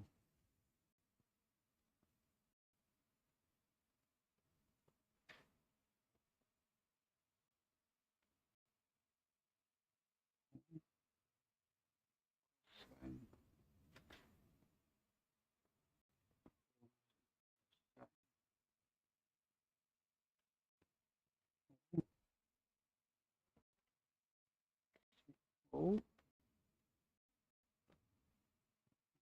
okay. Oh, I fit. Okay. And this also there is a common denominator. This is the unit radial vector. This stuff, this boundary layer stuff, of course, work first of all in the radial direction, because if we take the radial derivatives of the pressure, we get in correspondingly some valuable contribution of the pressure near the boundary layer. But outside, this boundary layer vanished, but and we see the Coriolis influence, which balanced first of all by the pressure. But it's outside the boundary layer. So this is constitutes the formula 3A.9. Okay. So this formula actually was already obtained by you when we solve, or maybe I solve more precisely, but I hope you also will show how you were able to solve it. It was when it was solving problem 3.4.3. Okay, I just remind you that the problem 3.4.3 is exactly the problem which solves that, but maybe in another way. Here we find it's the final solution, but for in the problem when we solve the problem 3.4, we didn't have the final solution. We have just structure and formula which we used here. So it's a bit different, but nevertheless it was preceding, and this is the final, if you like. So outside the tangent series, the relation similar to 0 and 7, similar to 0 and 7. Let's see the relation. 7 is here. This relation that relate the arbitrary function between each other in the outer and inner layer. And 0 is this relation, which relates the free function and just trophic flow. So outside the tangent cylinder, relation similar to 0 and 7 are satisfied only for identical 0 free function. You can check it. It's quite obvious conclusion. Therefore, outside the tangent cylinder, differential rotation is absent. Actually, this is a proof that the differential rotation in this system outside the tangent layer is absent. The pressure gradient consequently is 0. And the liquid is in the solid state rotation together with the outer sphere. And of course, the stress is 0 also. Everything is 0. Everything is calm. We enjoy. Okay, thus, as can be seen from 8, figure 7 and equation 9. Figure 7, it is this figure. No, figure 7, no, not this figure. From 8, we see from 8. 8 is actually our distribution of the just trophic flow or angular rotational rate, just trophic angular rotational rate, if you like. And also there is figure 7. Figure 7 is this one figure, which shows the behavior of just trophic angular rotational rate. So thus it can be seen from this 8, figure 7 and equation 9 and 8. Rigid body rotation at s greater than 1, the solution we obtained has a discontinuity in all variables at the tangent cylinder. It's important to stress that you see that here, when we reach in the tangent cylinder, there is sort of the jump. So, and then there is equally, identically, if you will go further, it's just constant.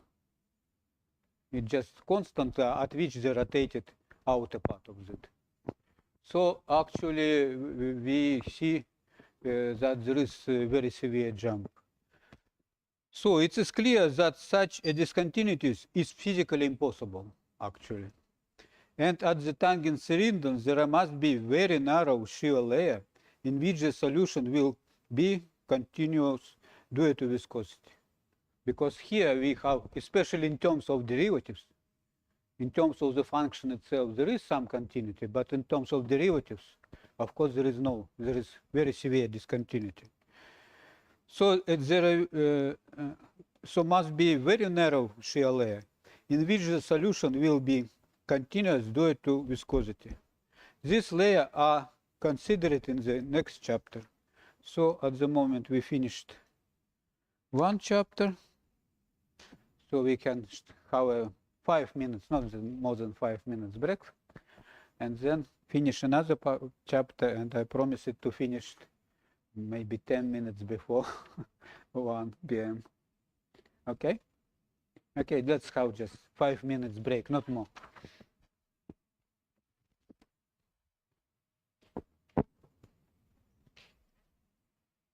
Only things we didn't finish from this section which was just finished. We didn't say use a task. Maria, excuse me. Will you put the text of the task on the free access? Yeah. Okay, thank you. So Maria will put it on the free access, but nevertheless, I just read out for you these tasks. They are quite simple, so you can just write down. So 3A.4. Where is it?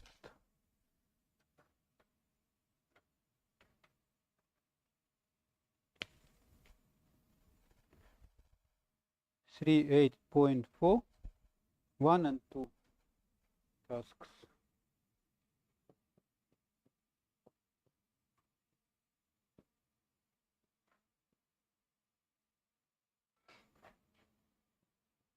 One and two. Let me dictate them.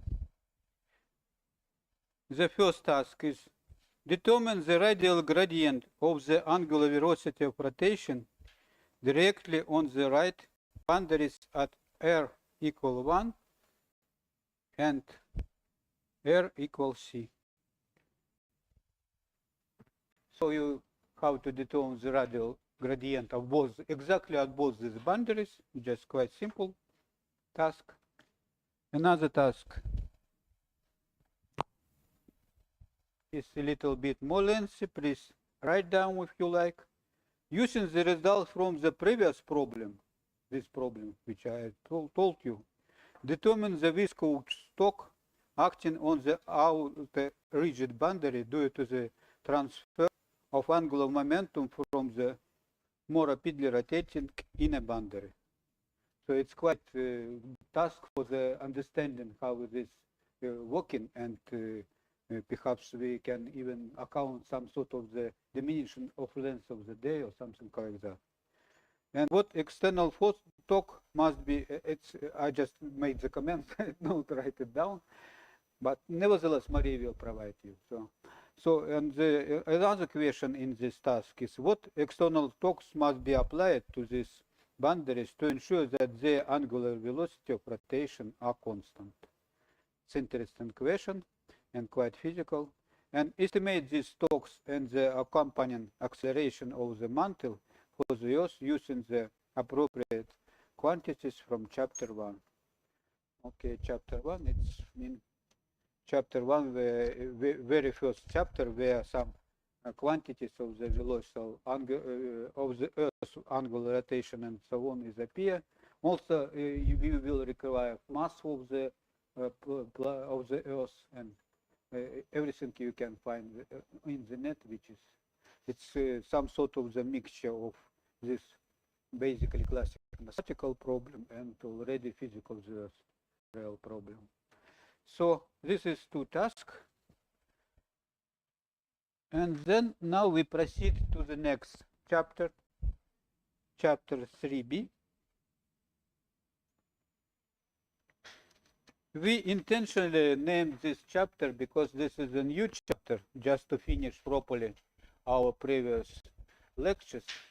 And so not to introduce a mess, we just named the one chapter which describes the geostrophic flow and all geostrophic things as chapter 3a. And now when we are in shear layer, more complicated, but maybe in this sense more interesting, at least in mathematical point of view. So it's so we name the chapter 3. Okay, maybe we'll move that because actually we already done that.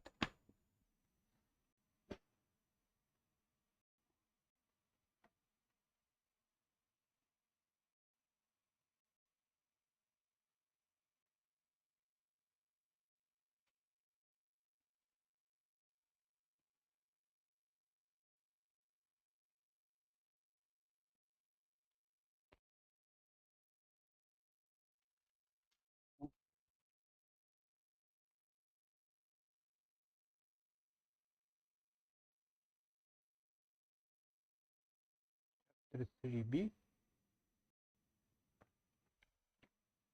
So it's about shear layer.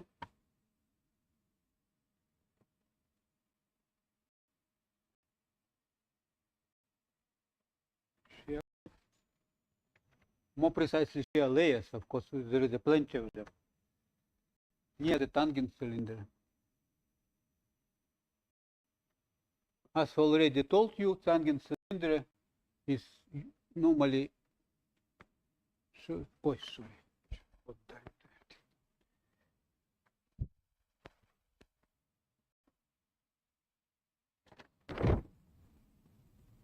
just tangent cylinder. Okay, as we already told, there is discontinuity in this picture. And after this, to resolve this discontinuity, we need shear layers. And I also should change for another PowerPoint presentation. Please, a bit late. Wait.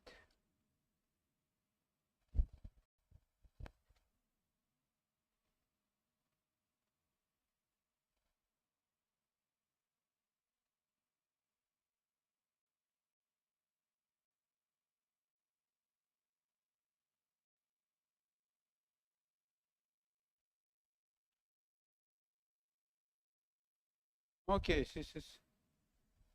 this is chapter 3 manifestation.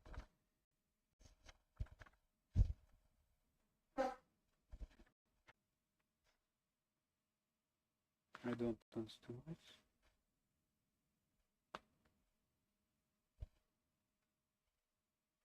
Okay, it's right. Okay, let's start. Okay. So we start from the paragraph which names shear layer structure. Shear layer structure, you can write down if you like. 3b.1. 3b.1. Shear layer structure. This is the title of the paragraph.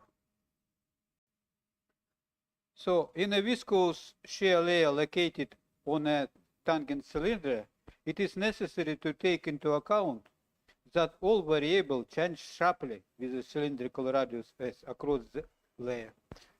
Of course, they how to change very sharply.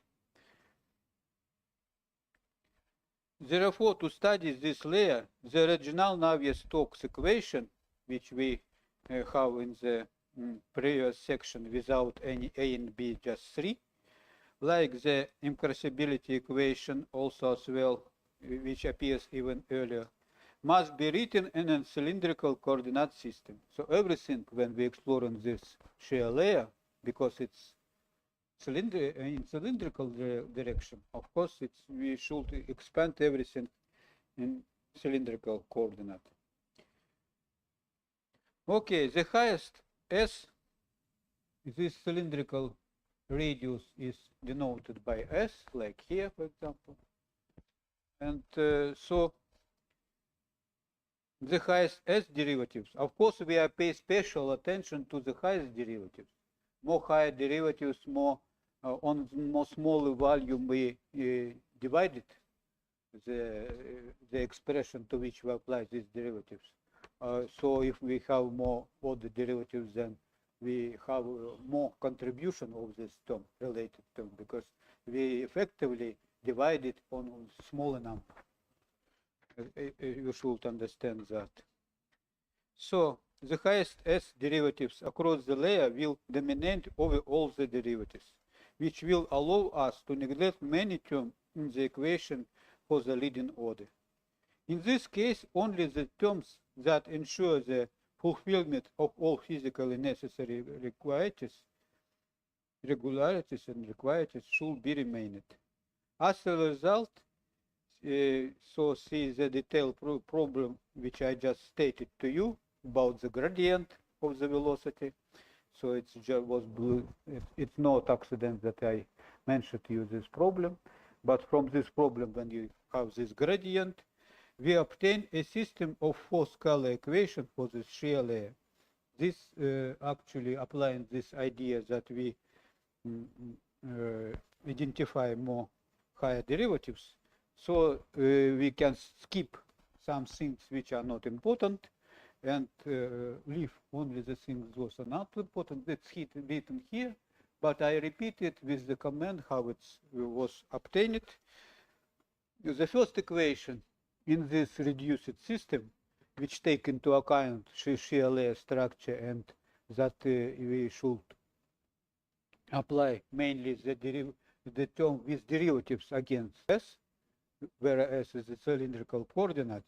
Of course, we start maybe from the most important term, which is relate the pressure in this direction. It's geostrophic part term. Then it's equal to the Ekman number. Ekman number comes from the viscosity. And why we use the Z direction? Just because on the Z direction there is no Coriolis force. So here there is no Coriolis force. Why we use this expression? We start from the simplest. Why not to do so? So we have, and when we consider pressure, it's obviously in that direction look like that. Coriolis term is vanishing in that direction because there is no any component of the velocity in that direction for the Coriolis force.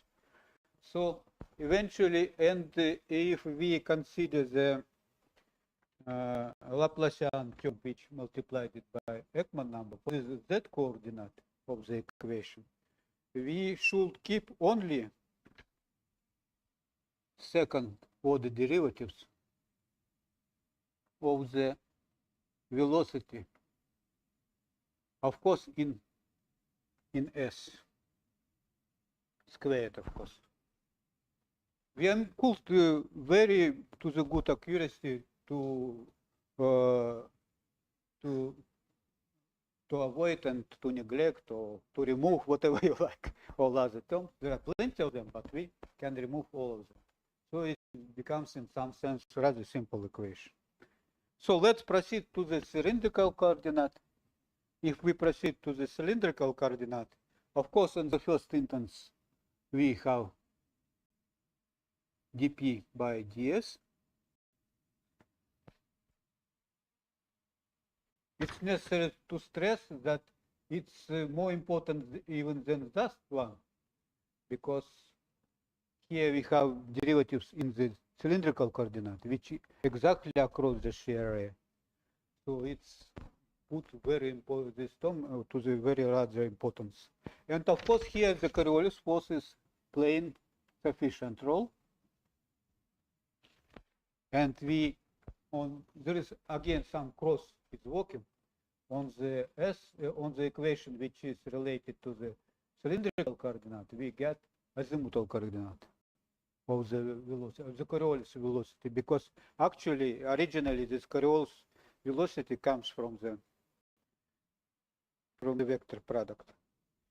And then we actually, it's quite justified if we balance, keeping the balance of this term with the ordinary term, then because here we have not ordinary term, but one term which is correspond to the cylindrical radius, then we can be sure that at least in this respect we can neglect against this, against this, but from this part. So eventually Stevenson had an idea that this relation is equal 0. So it looks strange, but nevertheless it justifies the point that if we take this s derivatives, it effectively multiplied, divided by this thickness of the boundary layer, e to the 1/5. But from other point of view, this term, this complete term, is about of order 1, and this is term is about of order 1 over delta, or inverse Ekman number in square root. So it's more than this viscous. So we should keep this relation. Then if we consider the other component, phi component, there is no such a trick for that. And for this phi component, we have almost no pressure, because as far as I told you, we have almost no dependence on phi, and the gradient of pressure, of course, there is, if there is no dependence on phi, so it's also 0. So in the next equation, which is phi direction, in fact, we have that the pressure term is disappear, and we left only with Coriolis term, which is of course balanced by viscosity term.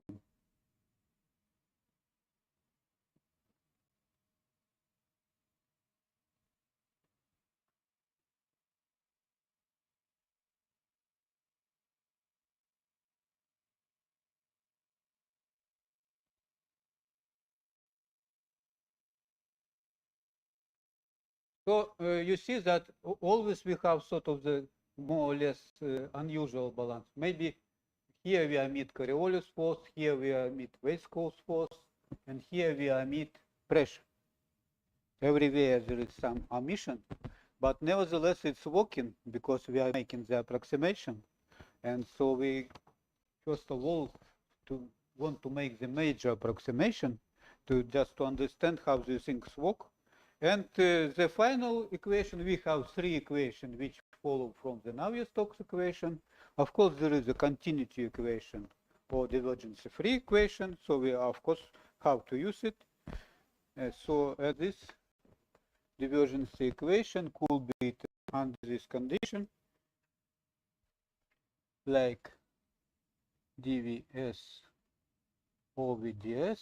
Of course, this is a quite natural term, because I already told you that the divergence is somehow sort of the symmetrical function. So in fact, we have for this divergence, we have first of all this derivatives, and also because there is not so big change in the z direction. So in this case, we have the velocity which is straight from the shear layer. There is a shear layer. So it's very difficult to penetrate from the shear layer from one part to another part. But it's quite easy to go straight to the shear layer. So we can, in that direction, in the axis of rotation, the shear layer is sort of the layer. So parallel to the layer itself, it's quite easy hydrodynamically that the velocity is going. So that component of velocity is rather important, more important than other components, because in shear layer we have the physically allowed the movement which in that direction. Of course, it's also possible to satisfy from the integral form. So we keep d with z component over dz.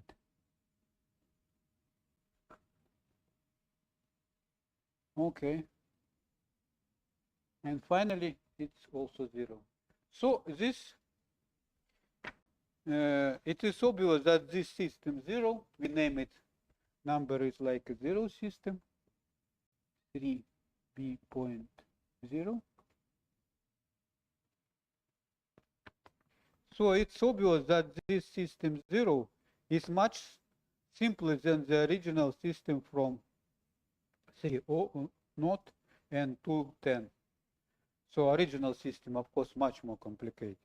But at the same time, it is noticeably more complex than the system for the Ekman boundary layer considered in the 3 previous chapters. So actually, you see that the system, of course, much more simple than original Navier-Stokes equation, and even this version of the Navier-Stokes equation. But nevertheless, it's not so simple. It's much more complicated. So most complex than the system for the Ekman boundary layer, especially. You remember that for the Ekman boundary layer, we derived quite complicated system, and we started from the simple autonomic equation, which is actually effectively one-dimensional, because the valuable dimensional change are only in radial direction, and if we near the boundary layer. And from another point of view, the outside the boundary layer also only one dimension. It's the cylindrical radius. So in different, of course, in different part of the volume of the liquid core of the Earth, which we modeled, there is different representation. But anyway, effectively, we finally represented only via the one coordinate. A is a radial coordinate near the boundary layer, A is this cylindrical coordinate, which we outside the boundary layer, and then it's working. But here, I'm afraid that this trick is not working, because it's quite difficult to reduce it to the one coordinate, but maybe we'll reduce at least to the second two coordinate or something. Let us try. So let's consider the things which Stewartson noticed and follow to him.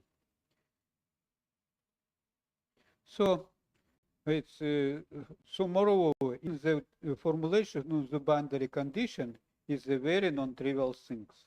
You see that I didn't roll down the boundary condition at the moment, because even it's quite tricky things. This is due to the fact that the region under consideration near the tangent cylindric has cylindrical boundary in the horizontal direction. So it's, is it here? Oh no.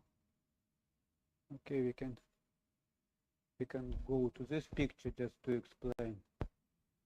So I just show you some sort of the final result, but nevertheless it will be maybe a good guide for us for the moment. So in the horizontal direction and boundary condition on various spherical surfaces must be satisfied. You see that this shear layer intersects different. Here there is structure of the shear layer, and it intersects spherical, equatorial, here not equatorial, and it's actually constitute many shear layer. How to find them? Let's follow this Stewardson. So near that is very non-trivial. This is due to the fact that the region under consideration near the tangent cylinder has cylindrical boundaries in the horizontal direction. So there is cylindrical boundaries in horizontal direction, like that. So, and boundary condition on various spherical surfaces must be satisfied vertically. Many authors have made a significant contribution to the detailed formulation of this boundary condition, which essentially determines the solution. As a result of qualitative analysis of those boundary conditions, first of all, we came to the conclusion that the shear layer is divided into 3 sub-shear layers. It's an interesting message. Here you see the final result, but nevertheless, all people who explore that stuff found that it's divided on 3 boundary layers. Moreover, in the main sub-layer symmetrical located directly on the tangent cylinder, all members of the system of equation 0 are completely balanced. So in this complicated system is working only in the main part of the boundary condition, which is inside part of the shear layer. And here all the terms are perfectly balanced and completely. System of equation 0, this system, after trivial identical transformation is reduced to the following 2 first equation for the vertical component of velocity. So let's do some identical transformation which Stewardson did.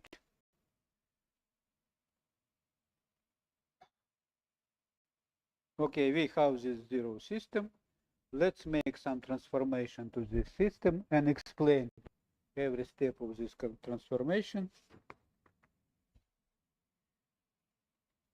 Okay, we have that dp by dz, the first equation. We keep it like here. We keep it completely.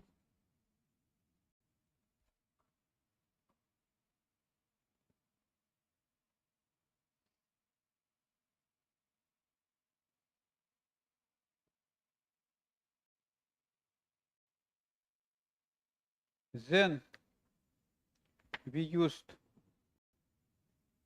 some equation and reaching the result which put the pressure somehow outside.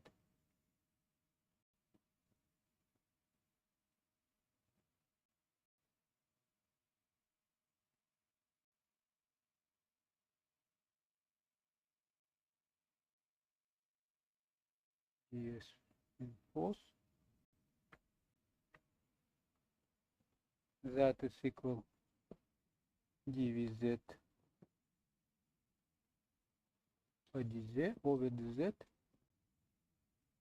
And then after definition of all these 3 stuff, which could be independently done, we have direct expression for the remaining 2 components of the velocity.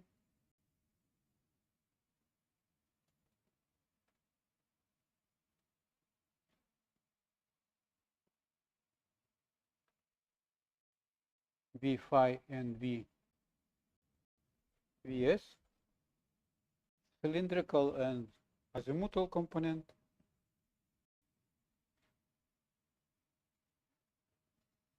So all this stuff is coming out the identical transformation.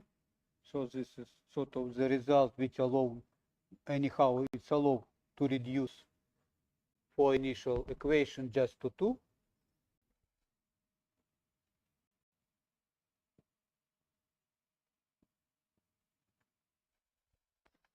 And further we will proceed.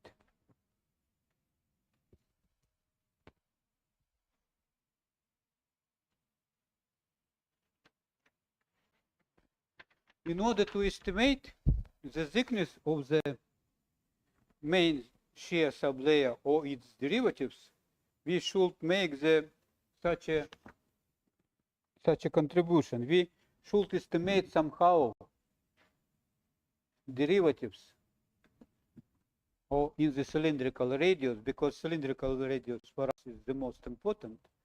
So we should estimate the derivatives in the cylindrical radius via the Ekman number. So we suppose that it's proportional to some power of the Ekman number. Of course, inverse Ekman number. For example, in Ekman boundary, this beta is 1/2. But for the shear layer, we suppose that there is some. So let's just estimate it.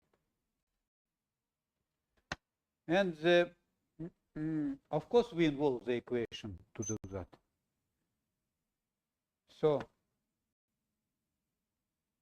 from the first two equation of one,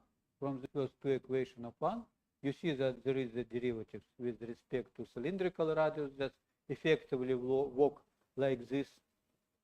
And also there is some values of the which appears here. But anyhow, from the first two equations, we will assume that the pressure is related to the vertical velocity in order of magnitude. So these first two equations, which are only important here, this is just consequences. So we reduce the system, as I told you, just to two equations.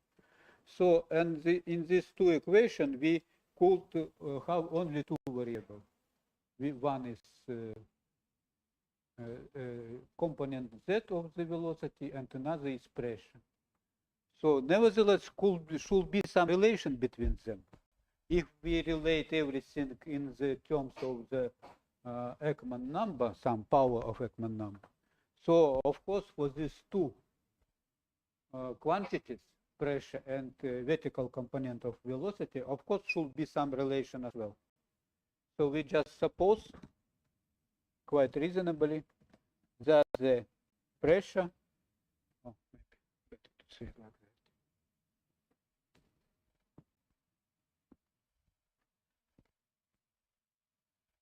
that the pressure is proportional. Of course, it's not equal, it's just proportional in order of magnitude. So it's some power of Ekman number. E alpha Vz. Okay, we relate these two. So we have alpha and beta coefficient, and now we apply the condition that this equation match both sides, and this equation match both sides. Quite simple trick. And so here alpha and beta are the positive coefficients that must be found by balancing the leading terms in one in this equation. The order of magnitude for the term on the left-hand side of the first equation, this one. On the left-hand side of the first equation in one is e to the r, this one. E to the r.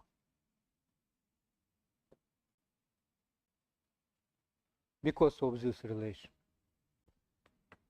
And the term of on the right hand side is equal in order of magnitude this term. Okay, let me show it somewhere here. Eventually it will be e to the 1 minus 2 beta. You can just make sure by yourself.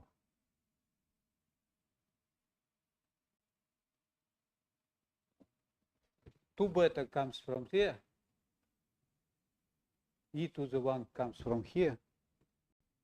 So it's quite clear. It's 1 minus 2 beta, and this is equal I. So we get very simple relation from that. It's the consequences of this first two equations and this relation. So, and for them, so we balance it left-hand side and right-hand side. Since these terms must be completely balanced, we obtain the first equation for determining alpha and beta. So we have alpha equal 1 minus 2 beta. Very simple relation. Okay, second equation. Of course, we balance it, these two terms. Now we can balance these two terms. And it's quite simple. But let me skip this step that you understand how we balance these two systems. I will just write down your result, but your task will be to do it by yourself, how to reach it. I hope that you could do.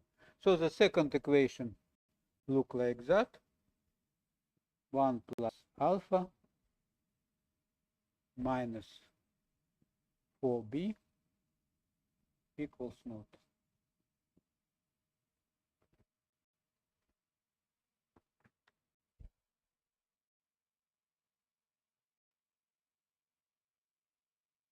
Equals naught. So it's a linear system, quite simple linear system. Of course, it has a solution. Is obtained. So the solution of these two linear equations is quite simple, maybe even tremendously simple. Of course, we by intention we chose this coefficient alpha and beta in the way to have the simplest representation. So actually, this alpha is 1/3, and beta is also 1/3.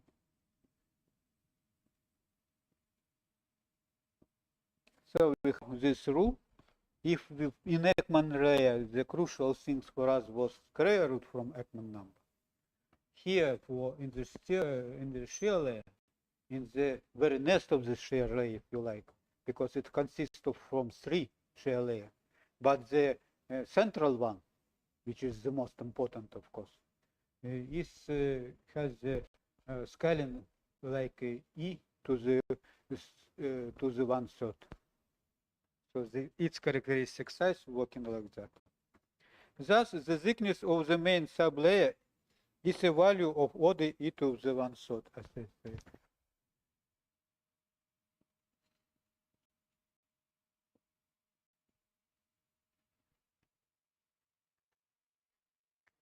In this case, as follows from the pennulative equation of system 1, this equation, the order of magnitude of the azimuthal and axial velocity is the same. Okay, it's also follow from this.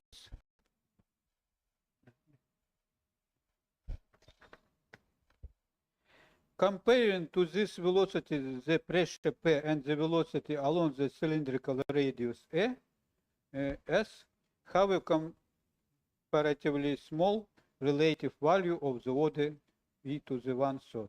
You see that here the pressure is in these terms much smaller than component of the velocity, because Ekman is in positive power, is standing here.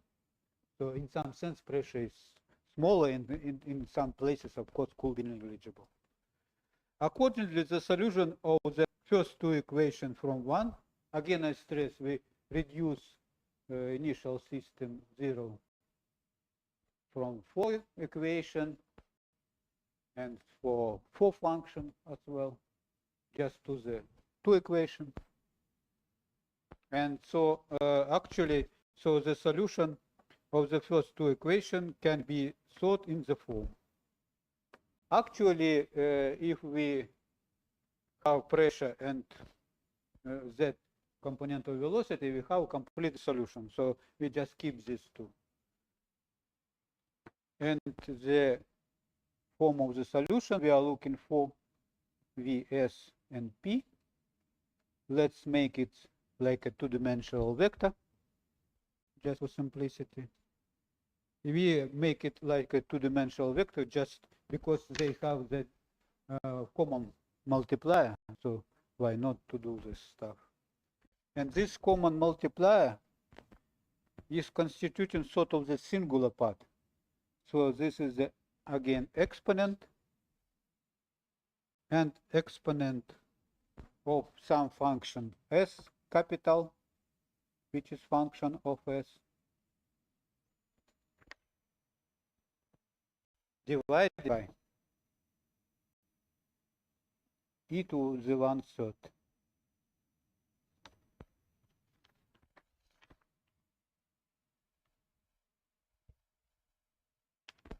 Okay, in slightly different way it's shown here.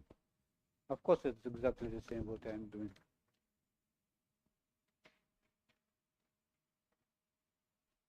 So it should be breaking. You see that this is sort of the general multiplier, and it's necessary to stress that the small number here in denominator. So it's provide very huge effect in change. When this small number and we reach some sort of the not central but a little bit remote part of the shear layer, we have very big number here. So it's of course constitutes this jumping nature of this shear layer. And so there is the sum of the up to infinity. So of course we have different power of 1/3 here. Better put n. We have n, which is the number of the corresponding contribution, and here we can identify z component like the n, and the pressure component, because we found that e to the 1/3 of its contribution, and Pn. So this constitute formula 3b2. Okay, somehow we a little bit finished, and as people asked me to get them, to let them free. Just before, slightly before the 1 hour. Now it's 10 minutes remain to the 1 hour, so I think that you will have enough time. Yes? So we can stop at that moment, and you can proceed your laboratory work. Okay?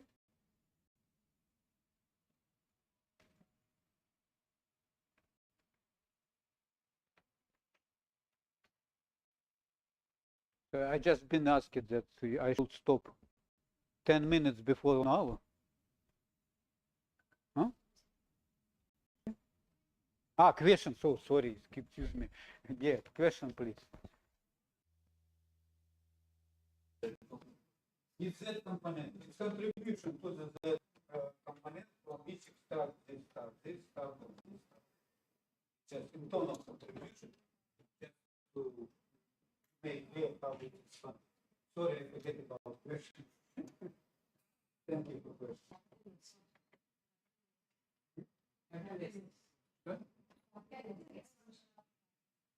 Capital S. Yeah, this is maybe the most main function of all this stuff, because you see that it enter like in simpler part. All the game is around this function. So it's the most important. Because it's appear here and in simpler form, not like exponent, not simply exponent, but exponent is very high. So this contribution is. Then it is the single contribution.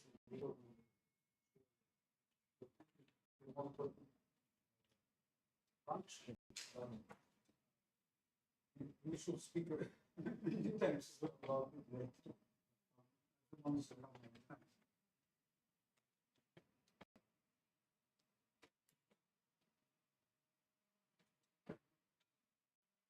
Okay, so we finish. What Good. how many layers? I there is no boundary layer. Huh? Boundary layers. Boundary layer. Stevenson, it's shear layer. It is shear. It's quite different. It's sort of the free layer, which is only due to that we have a big jump on the tangent cylinder. Because due to the geostrophic transformation or geostrophic flow to the spherical boundaries, we have huge jump. And this huge jump should be accommodated somehow by viscous force. And it constitutes the, I'll show.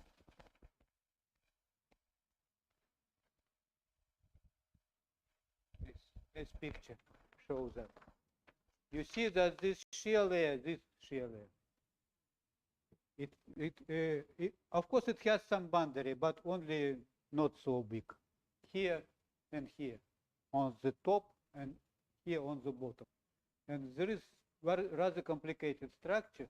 At the moment we consider the most important one, which is inside, very inside, in the center, this one, e to the 1/3. Yeah, but there are another, a bit less important, but nevertheless they constitute the flow. So this is probably answered. No, around the sphere. But the condition is that there is the inner sphere and outer sphere. And the inner sphere is rotating slightly faster than outer sphere. And the boundary condition are supposed to be informed the sphere. Here there is actually no boundary condition in the shear layer. In the shear layer, we should apply the condition that it's just resolved its condition. So eventually, of course, there is some influence of the boundary layer on the shear layer, but it's not directly on the boundary, the extended boundaries. It's only on some intersection between this point and this point. So it's not direct influence of the boundary layers on the shear layer. There is sort of indirect. Just only variation or very tiny. But the big influence is due to the fact that all the geostrophic rotation in the side tangent, outside tangent cylinder is actually rigid body. So there is a huge jump. And so it's always beneath this shear layer.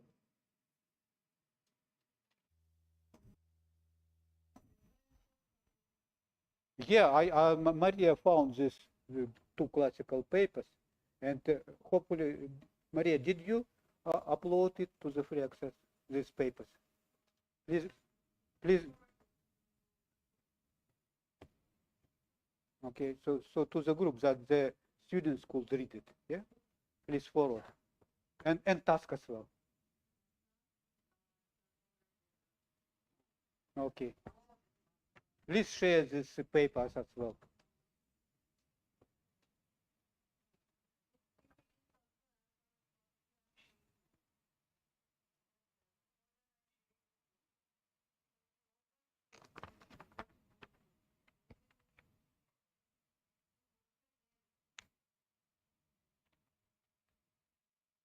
Okay, maybe it seems time for your lab or what? Yeah. Geostrophic what? Outside the cylinder, if we consider the situation outside the cylinder, at least in this approximation, when we have the differential rotation, given differential rotation, outside this, here the tangent cylinder, all this is tangent cylinder.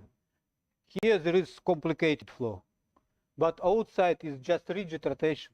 Here and here is just rigid rotation. So it's quite interesting, and it's actually demonstrated in the magnetic field, because you know that all the main feature, aurora, inclination of the dipole all appear, namely in these places.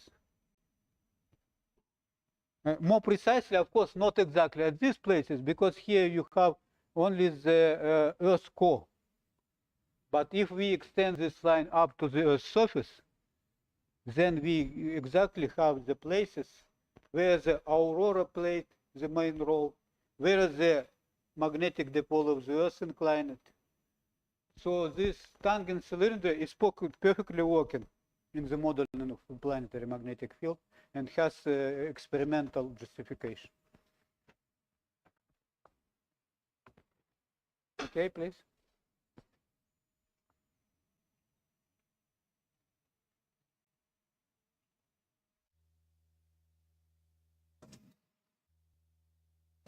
Okay, we'll finish.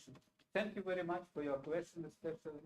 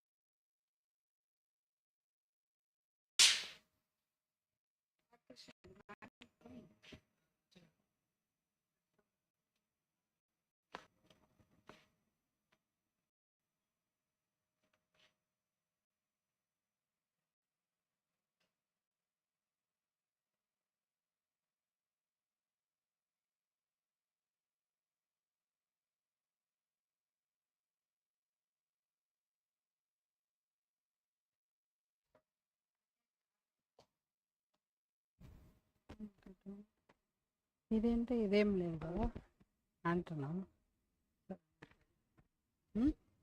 లేదు వస్తుంది కానీ బాగా tight ఉంది కదా అని చూస్తుంది ఇరిగిరిగిపోతుందేమో.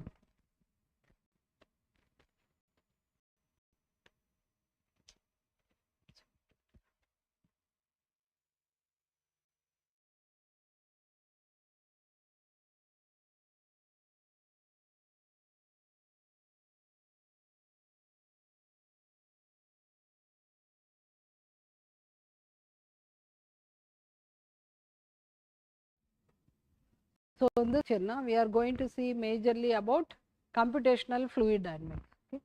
For that one, so computational methods we are going to see. One of the method I have chosen is this finite volume method. Okay. So my aim of this lecture and the next lecture is to show you the outline or method behind, what is the methodology behind this finite volume method, followed by we will go to the lab and we will do some problems using MATLAB. Okay. So the basic equations whatever we are seeing for the past 4 days, I think, isn't it? Today is the 4th day. 4 days, those governing equations, okay, that is Navier-Stokes equations, continuity equation and heat equation. Okay, along with the rotation also we are seeing, isn't it? Yeah. So before that one, I want to show you the simple, starts with the diffusion equation, our Laplace equation, both steady and unsteady. Then we will add the nonlinear term, convection diffusion equation, then convection diffusion equation along with the pressure field. So how many unknowns are there? Only if I consider Navier-Stokes equation, you have velocity, 3 components are there, then pressure is there. So 4, isn't it? We have equation of continuity and Navier-Stokes equation. Along each component we have one equation, U, V, W. Then this continuity equation. So 4 equations, 4 unknowns. So how to solve them and get the dependent variables U, V, W and pressure also using simple algorithm. Simple means semi-implicit pressure linked equations. That is given by one of the professor in IIT Kanpur. Okay, yeah, IIT Kanpur. Of course, okay. So this finite volume method only I have used to simulate the blood flow and this corrosion problems, okay, and the ship hull, that is backward facing step, okay. So these are the applications, and one of the application now professor is starting this one. So that one I want to show you, this one. So here the plane layer, that is top is one plate and at bottom is another plate. Bottom plate is getting heated up, that's why this red color is shown here, and the top plate is cool. That is what it is written, top cold wall and isothermally electrically conducting. Similarly bottom hot wall. So there is a temperature difference here, and the liquid is gallium. Here it is filled with gallium, but we are seeing that our earth is composed of liquid iron mostly. But here why I have chosen gallium is because experimental results are available. Some Arno and Olsen, they have done the experiments for this geometry, set of geometry. So using finite volume method we have simulated and we compared with that one. That is the idea behind that one. And apart from that, it is this geometry is kept in the vertical magnetic field. At the end, rotation also given. Okay, so heating, magnetic field and rotation. These are the things, okay. So I want to show you that one, how it will look like. So these are the properties. From where we have taken is from that paper Arno and Olsen. What is the liquid gallium density? You can see here, isn't it? And that melting temperature, all this stuff. So whichever you are giving in these Navier-Stokes equations, day before yesterday I think you have non-dimensionalized the equations. In that one you would have seen all these quantities, okay.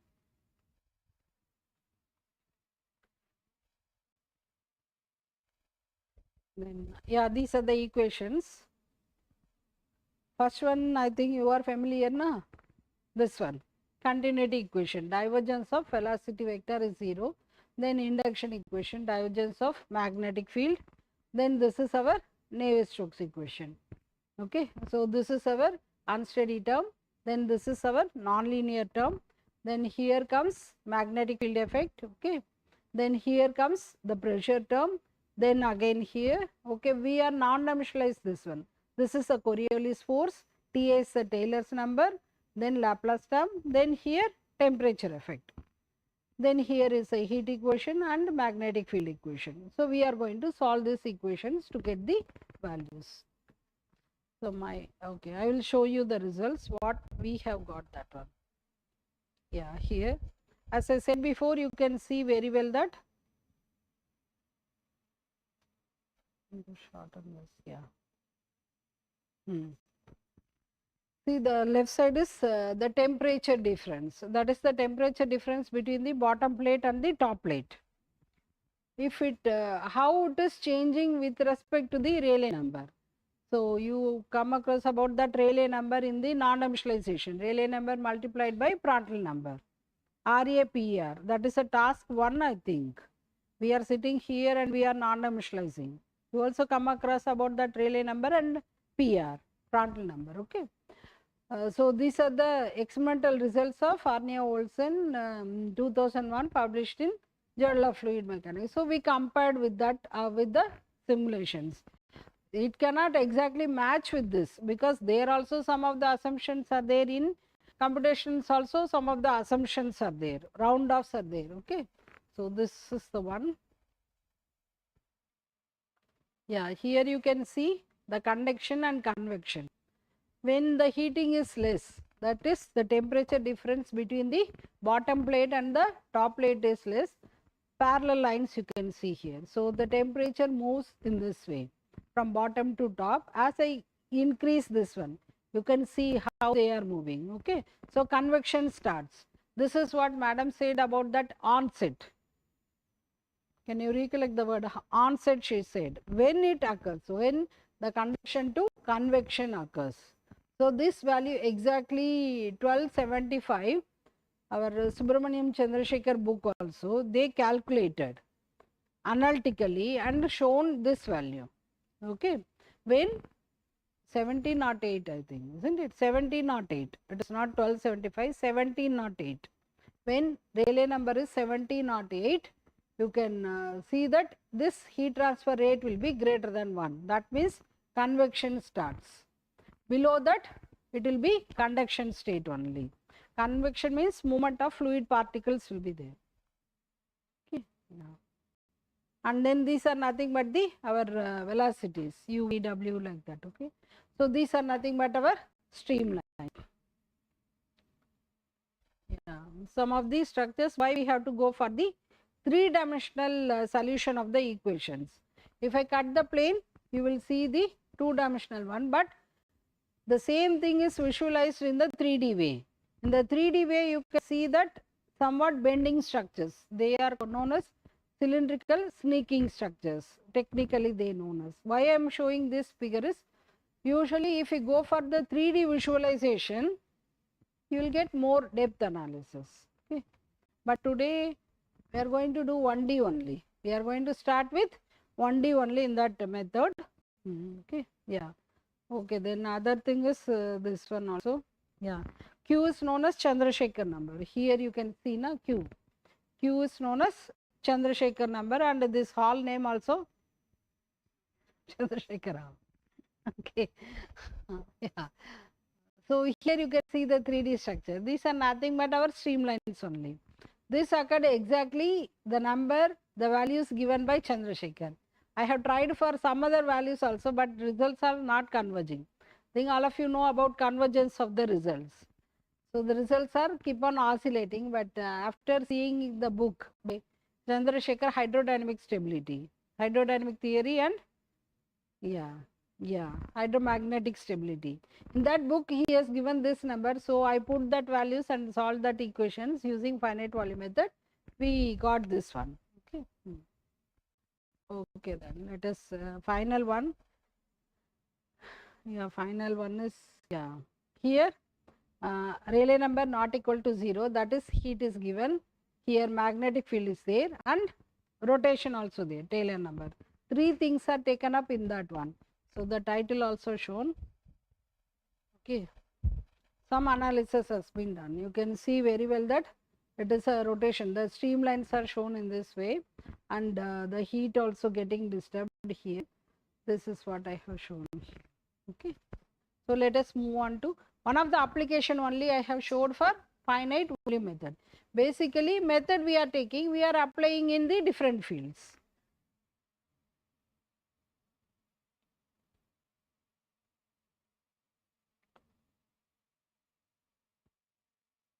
Yeah. So I don't want to go very deep into this one. Simply I have written what we have to do is select a real world problem, and now we are selecting this geophysical astrophysical problem.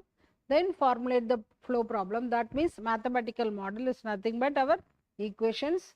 Simplify the model without laws of physics. So many simplifications we are doing. Even we are seeing na Rossby number, Ekman number, they are very small. So that terms we are omitting. Okay. So, but yeah, because it is 10 to the power of minus 15. That's why we are omitting. But still, keep it and solve the equations. How that behavior is there. Decide about the computational domain. Where you want to solve that one. Whether you want to solve the previous one I showed in the planar layer. That is rectangular. No, not rectangular one. In a box, isn't it? It's not cube also. Then, but professor is telling about the spherical one, the sphere. So you had to decide about your domain also. Then discretize the geometry, generate the grid. Grid lines you have to draw in that one. At the grid points, we are solving the equations. Then you discretize the equations using finite difference method, finite element method, or finite volume method, finite volume method, or finite element method, boundary element method. So many methods are there. Whichever method you want to, you can take. Okay, specify the initial and boundary conditions. Then only closure of the problem will be there. Set up the CFD simulation. This is the known as post processing. This is pre-processing. Then comes here solver. So any software if you take, it will have three components. One is pre-processing, solver, post-processing. In the pre-processing, all these things will be done.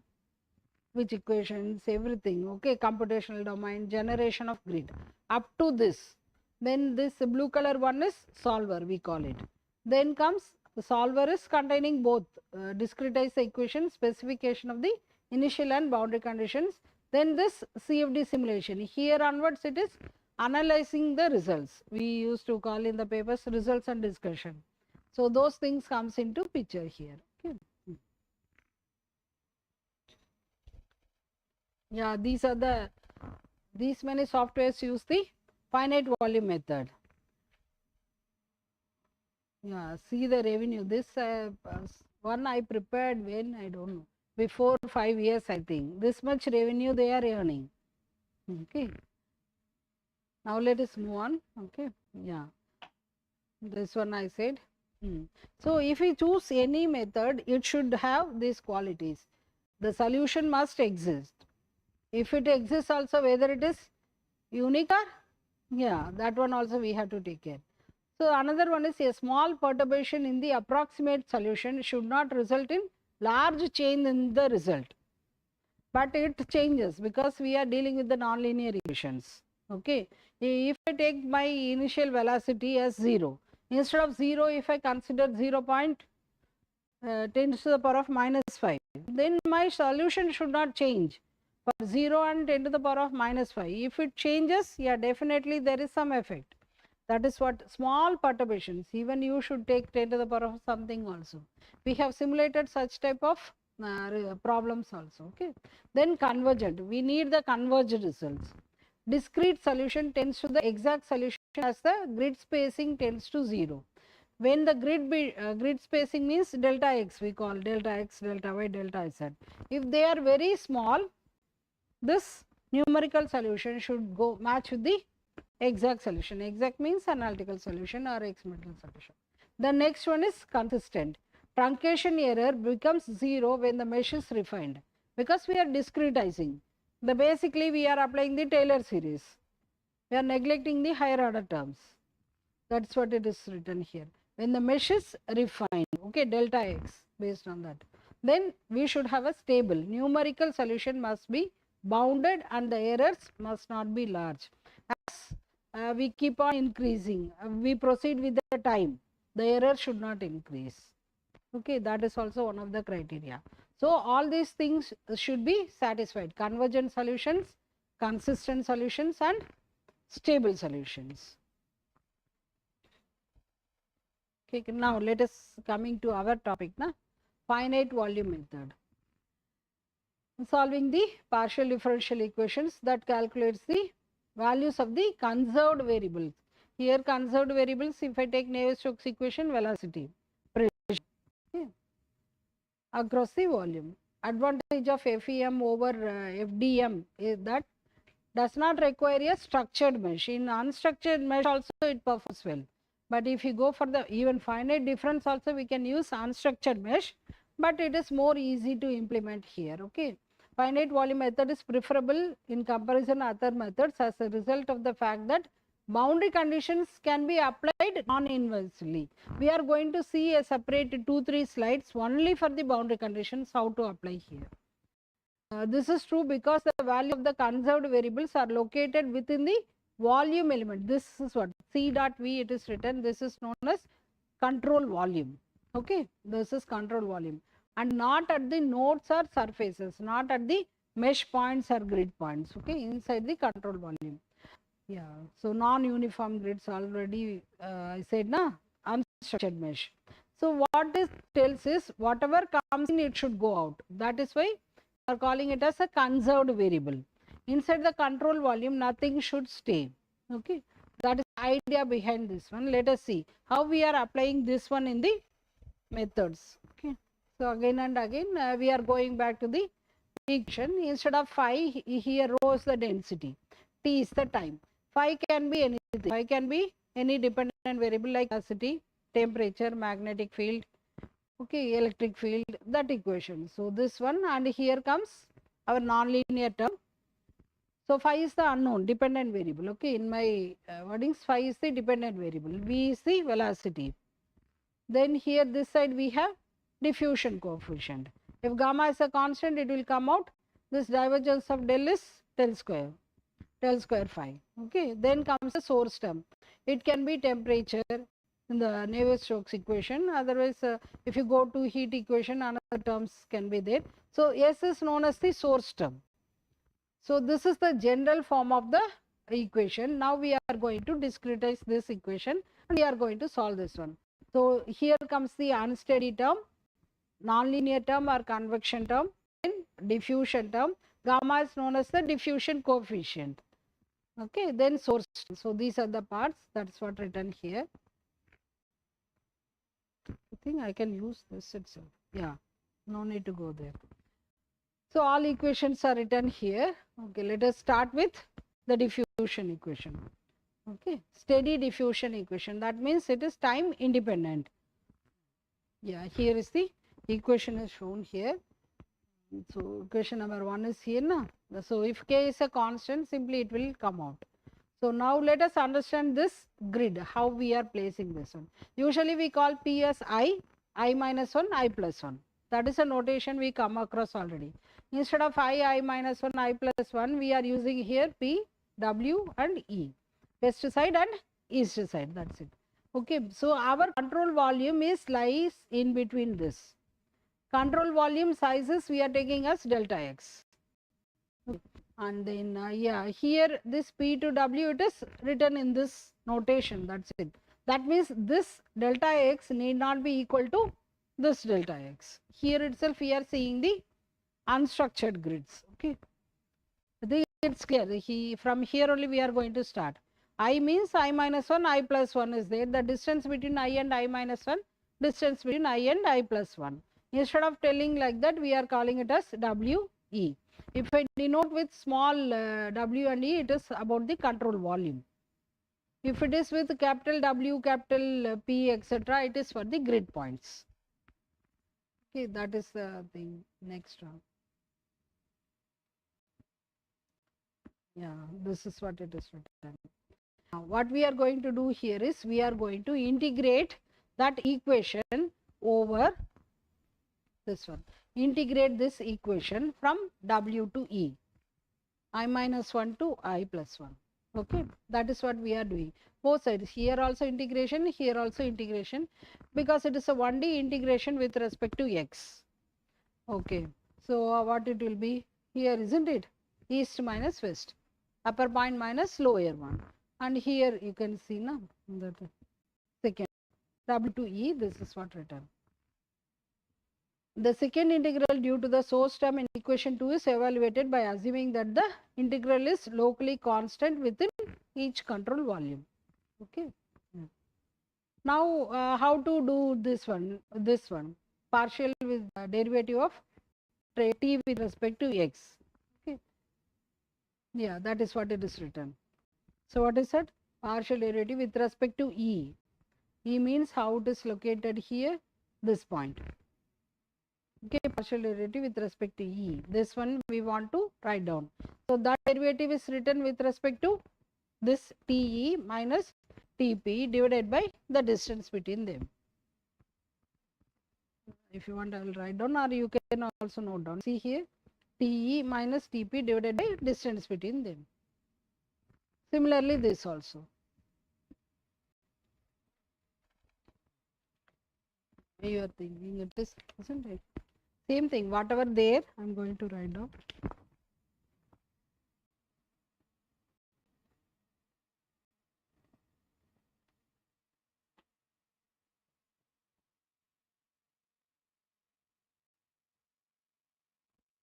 This side we have integral of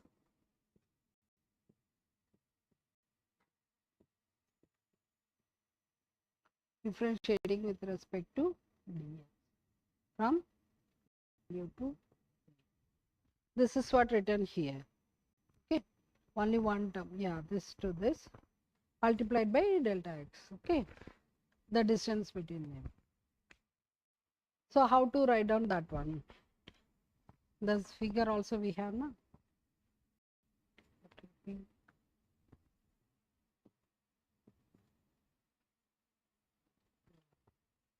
This is W.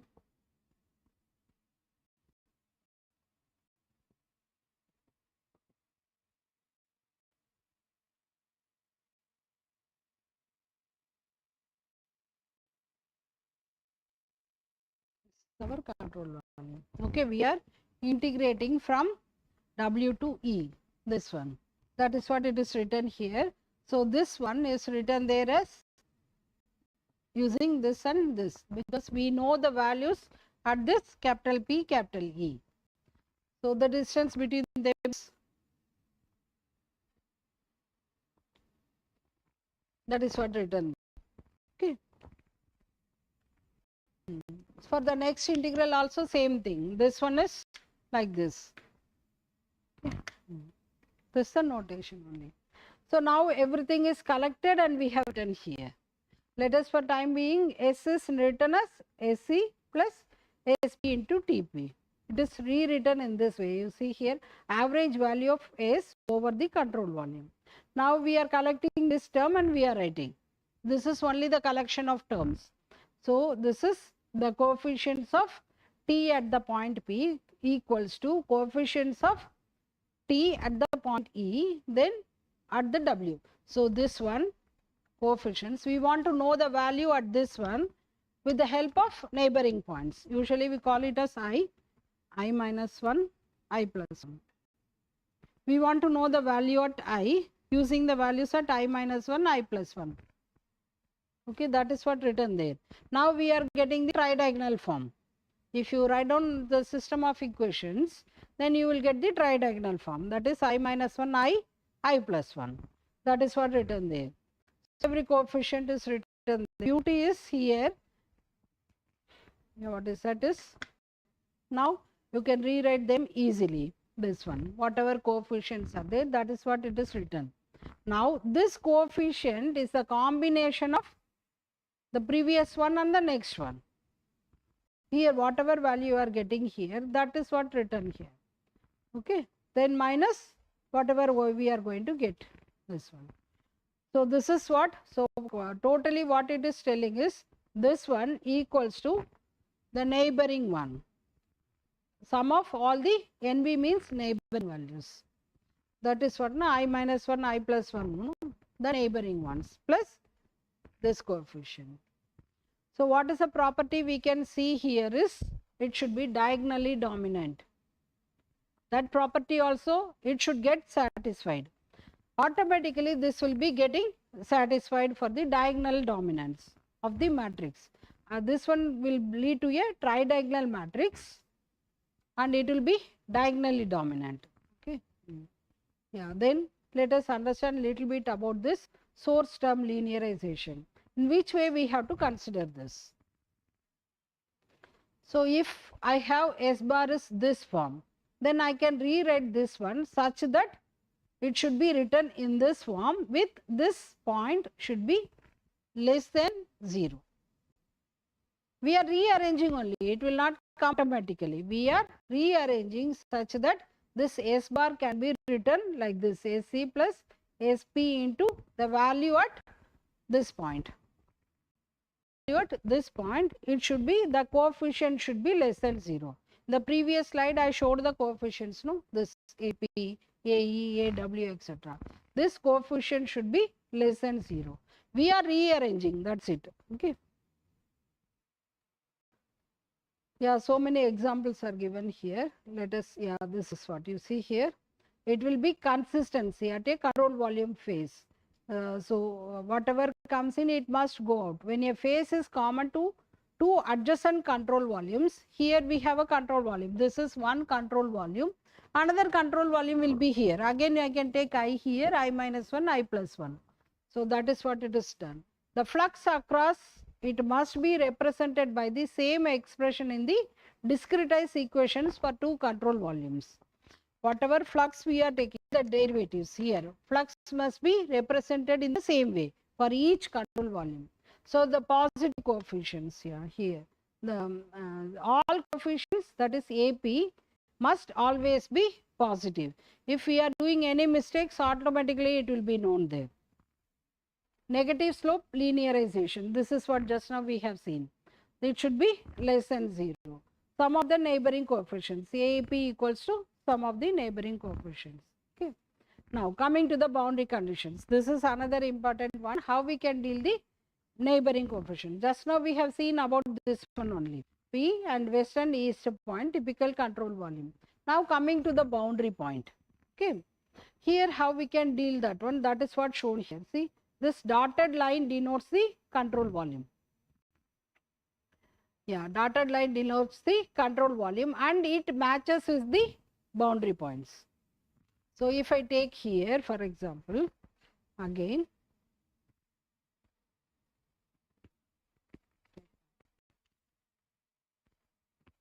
I should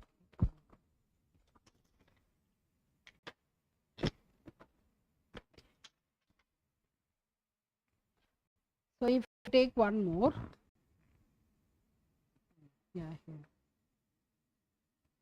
here again if I take one more control volume, it will be like this, around this W. Okay, but my boundary point will be ending here.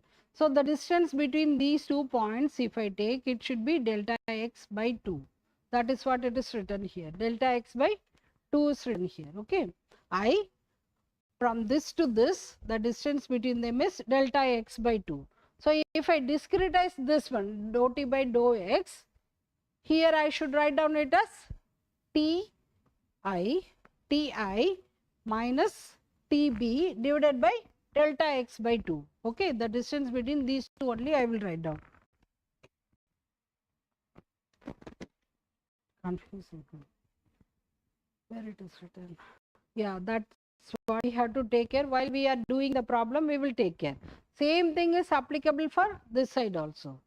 When you are dealing with the boundary points, you have to take care delta x by 2. What is the meaning of that one is, the control volume is situated in between two nodal points. Capital W, capital P is there, and this is the control volume. Yeah. Again, we are repeating the same thing, over relaxation and under relaxation. That means whenever we get oscillations in the solution, how to control that? That is based on over relaxation and under relaxation method. In numerical methods, we would have come across about SOR, successive over relaxation. Have you heard or not? No? Successive over relaxation, successive under relaxation also there. The same knowledge only applied here. How to use the previous one and the current one. Okay, to find out the current value. Okay, to find out, we want to calculate the temperature at the point P. So we have the previous iterated value also and current iterated value also. How much we should consider? Based on alpha value, you can consider that. Whether if I put this alpha equals to 1, so what will happen here? Both will get cancelled out. So only the current value is in, this is a current one. You will take the current one. If alpha equals to half, so the previous one value is, previous iterated values, half of that you will take, current value you will take half. Okay, so this based on this alpha value we are considering that. Yeah, convergence criteria. Already we come across about the convergence criteria. We are going to specify that. This is the equation and the residue we are writing here. Okay, how we are writing? The value of this is nothing but our conserved variable or temperature, velocity, some variable value is here minus the previous one. The difference between the previous iteration and the current iteration should converge to a certain limit. whatever we specify. Okay, so now with that we are going to add time also. Previously we have not added time, now we are going to add the time. Okay, yeah, you see here, this is what we have seen. Along with the source term we have seen, now we are adding the time. That means integration is also W to E and T to T plus delta T. Okay, that's it. T to T plus delta T we are adding. Same thing, na? Here also this term is there, and it is a one-dimensional equation. So now how we are doing this one? You see here, the only this term is taken up here, rho C delta X, this next iteration minus current iteration, divided by delta T will come here, isn't it? Delta T will be there, and yeah, it will go to that side, I think. Yeah. Here is the delta T, you see, this one, T to T plus delta T, Tp delta T is like this. If F equals 1, what will happen? If F equals to 1, then this will not be there, current value. If F equals to 0.5, it is the average of the previous one and current one. Like that it is written. F is known as the weighting factor between 0 to 1. So this it is given here. So we are rewriting this one-dimensional conduction equation. This is the final form. Already we have come across about this one, this square brackets one, from the previous diffusion equation, conduction equation. Everything is said. Now we have the additional term of time. Time is denoted with respect to n plus 1 and n. Okay. For this we are going to write the code, MATLAB code. Okay. Yeah. So how much F we have to choose? F equal to 0 means explicit scheme. F equals to 0.5 means implicit scheme. In that also 0.5 means Crank-Nicholson scheme. If F equals to 1 is fully implicit scheme. They are unconditionally stable. In the beginning I showed, na, the method should be stable. Okay. Yeah. How we are finding out this one? We have to choose our mesh size of time such that it should satisfy this condition. This is known as CFL condition. Okay. How much we have to choose means here this is a constant. So rho C and K are constants, and delta X is the mesh size which we are specifying along the X direction. Okay. Yeah. So this is fully implicit discretization scheme, and these are the coefficients are given here, like the previous one. Yeah, convection diffusion. Now comes the main part of nonlinearity. Nonlinearity. Previous one, first one is without anything, only diffusion term. Okay. Second one is with time derivative. Now comes this one with the, already we have done this right hand side. Instead of 5, we have written here t. Okay. And this left hand side is the nonlinear term. So for u also unknown and phi also unknown. If u is known, it is known as quasi-linearization. We will move step by step. Okay. By thinking that u is known to me, rho is a constant we take, density, u is unknown to me, then we have to solve this equation for phi. Phi can be anything, velocity, temperature, or magnetic field, anything. Okay. Let us see how they are doing this one. So again, integrating both sides. Integrating from this W to E. Same way only, like this integration. That is why it is written like this. You see there. Where this is going. Oh yeah, it is here. E minus W. Okay. Upper one minus the lower value. Same thing only. E minus W here. That is what. Both sides you will get delta X one dimensional. Now it gets cancelled out. That is written in the whatever we have seen in the beginning. The same picture only here. P is here, W and E, and control volume is situated in between this, and the distance between them is delta X. Nodal points. Okay. Now let us understand the convection term, how it is written. Now what is our aim? We want to find out that phi E and phi W over the control volume. So how we are finding out phi E and phi W? At this point I want to find out the value of, phi, and here also at this point I want to find out the value of phi. So simply what they are doing, average of these values. Phi E equals to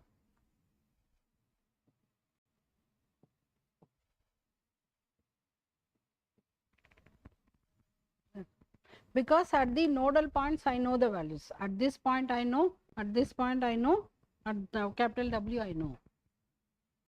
Okay, no work is here, isn't it? Average of these two. But oscillations are coming. Solutions will not converge. Similarly, at this point, if I want, what should I do? Small w equals to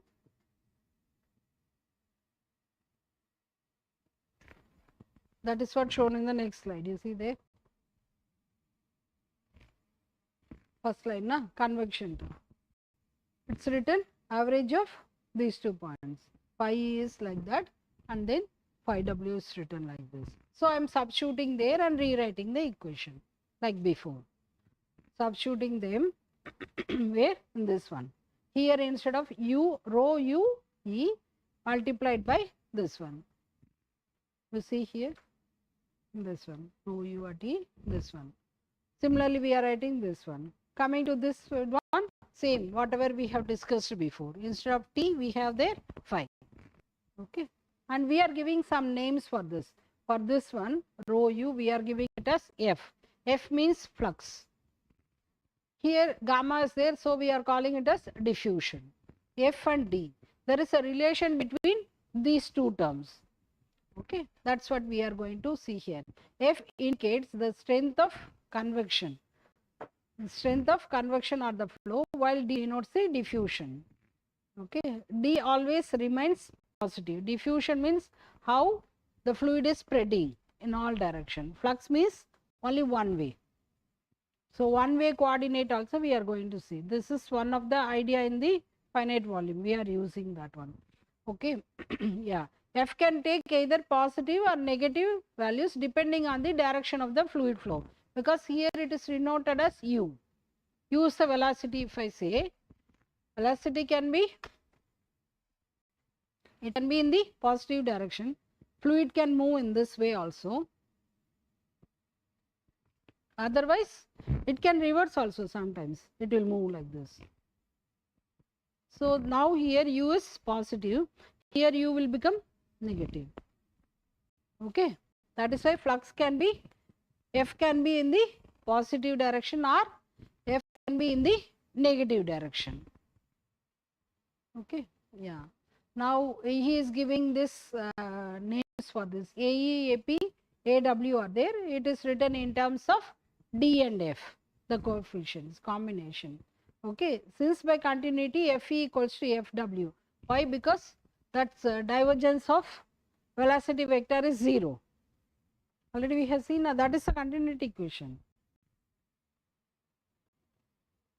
Starting one. Here, I should go such here, this one. If rho is a constant, if we assume rho is a constant, simply we have here dot should be there. This missing. Okay, del dot. Yeah, divergence of E bar equals to 0. Based on that, we are writing that. Okay.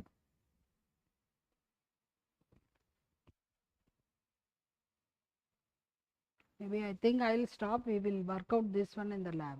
Okay. Yeah, this one. So the because of that property, simply that coefficient AP is the neighboring points means AE and AW only. Okay. So the writing such type of thing like this is known as the central difference scheme. Name of this one is central difference scheme. But there are different ways how to find out this phi E and phi W. Okay. We will do these things. Yeah. Once you, yeah. This is the main thing. After finishing this, I want to explain this. After finishing those things, whatever we have seen are 2 problems. Those things let us finish in the lab. Then we will move on to here.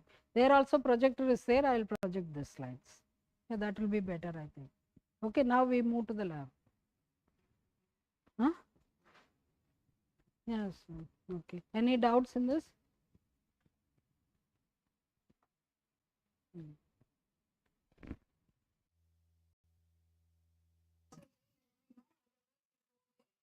All those two problems, already problems also different. Here we have a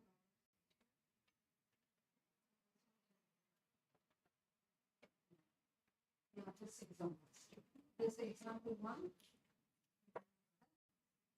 Consider the problem of this heat conduction in an insulated rod with two cells are maintained at constant temperature. 500 degrees Celsius. Okay, so of course it will move from temperature, it will move from top to here, this one. The one-dimensional problem is sketched in this figure, governed by this equation. Now what we have to do, if I want to apply the finite volume method, I have to read this one only, this step. This step we have to do and find out this. K is given to be, K is a constant, na? It is given here. Conductivity K equals to 1000 watts per meter per Kelvin. Cross sectional area is the delta x we have to multiply. That area is given to be 10 into 10 to the power of -3 meter square. Okay, we will solve this one and we will draw the graph also. How that temperature distribution is taking place in this one-dimensional rod. And then if then we will add one more term here, source term, like that. We will add for that problem and we will do this. This is solution of that problem only.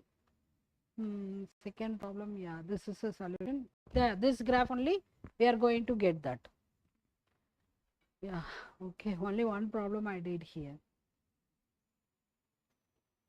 This one. Okay, we'll move there. I'll show them there so that you note down, and by the side we write the code. Okay.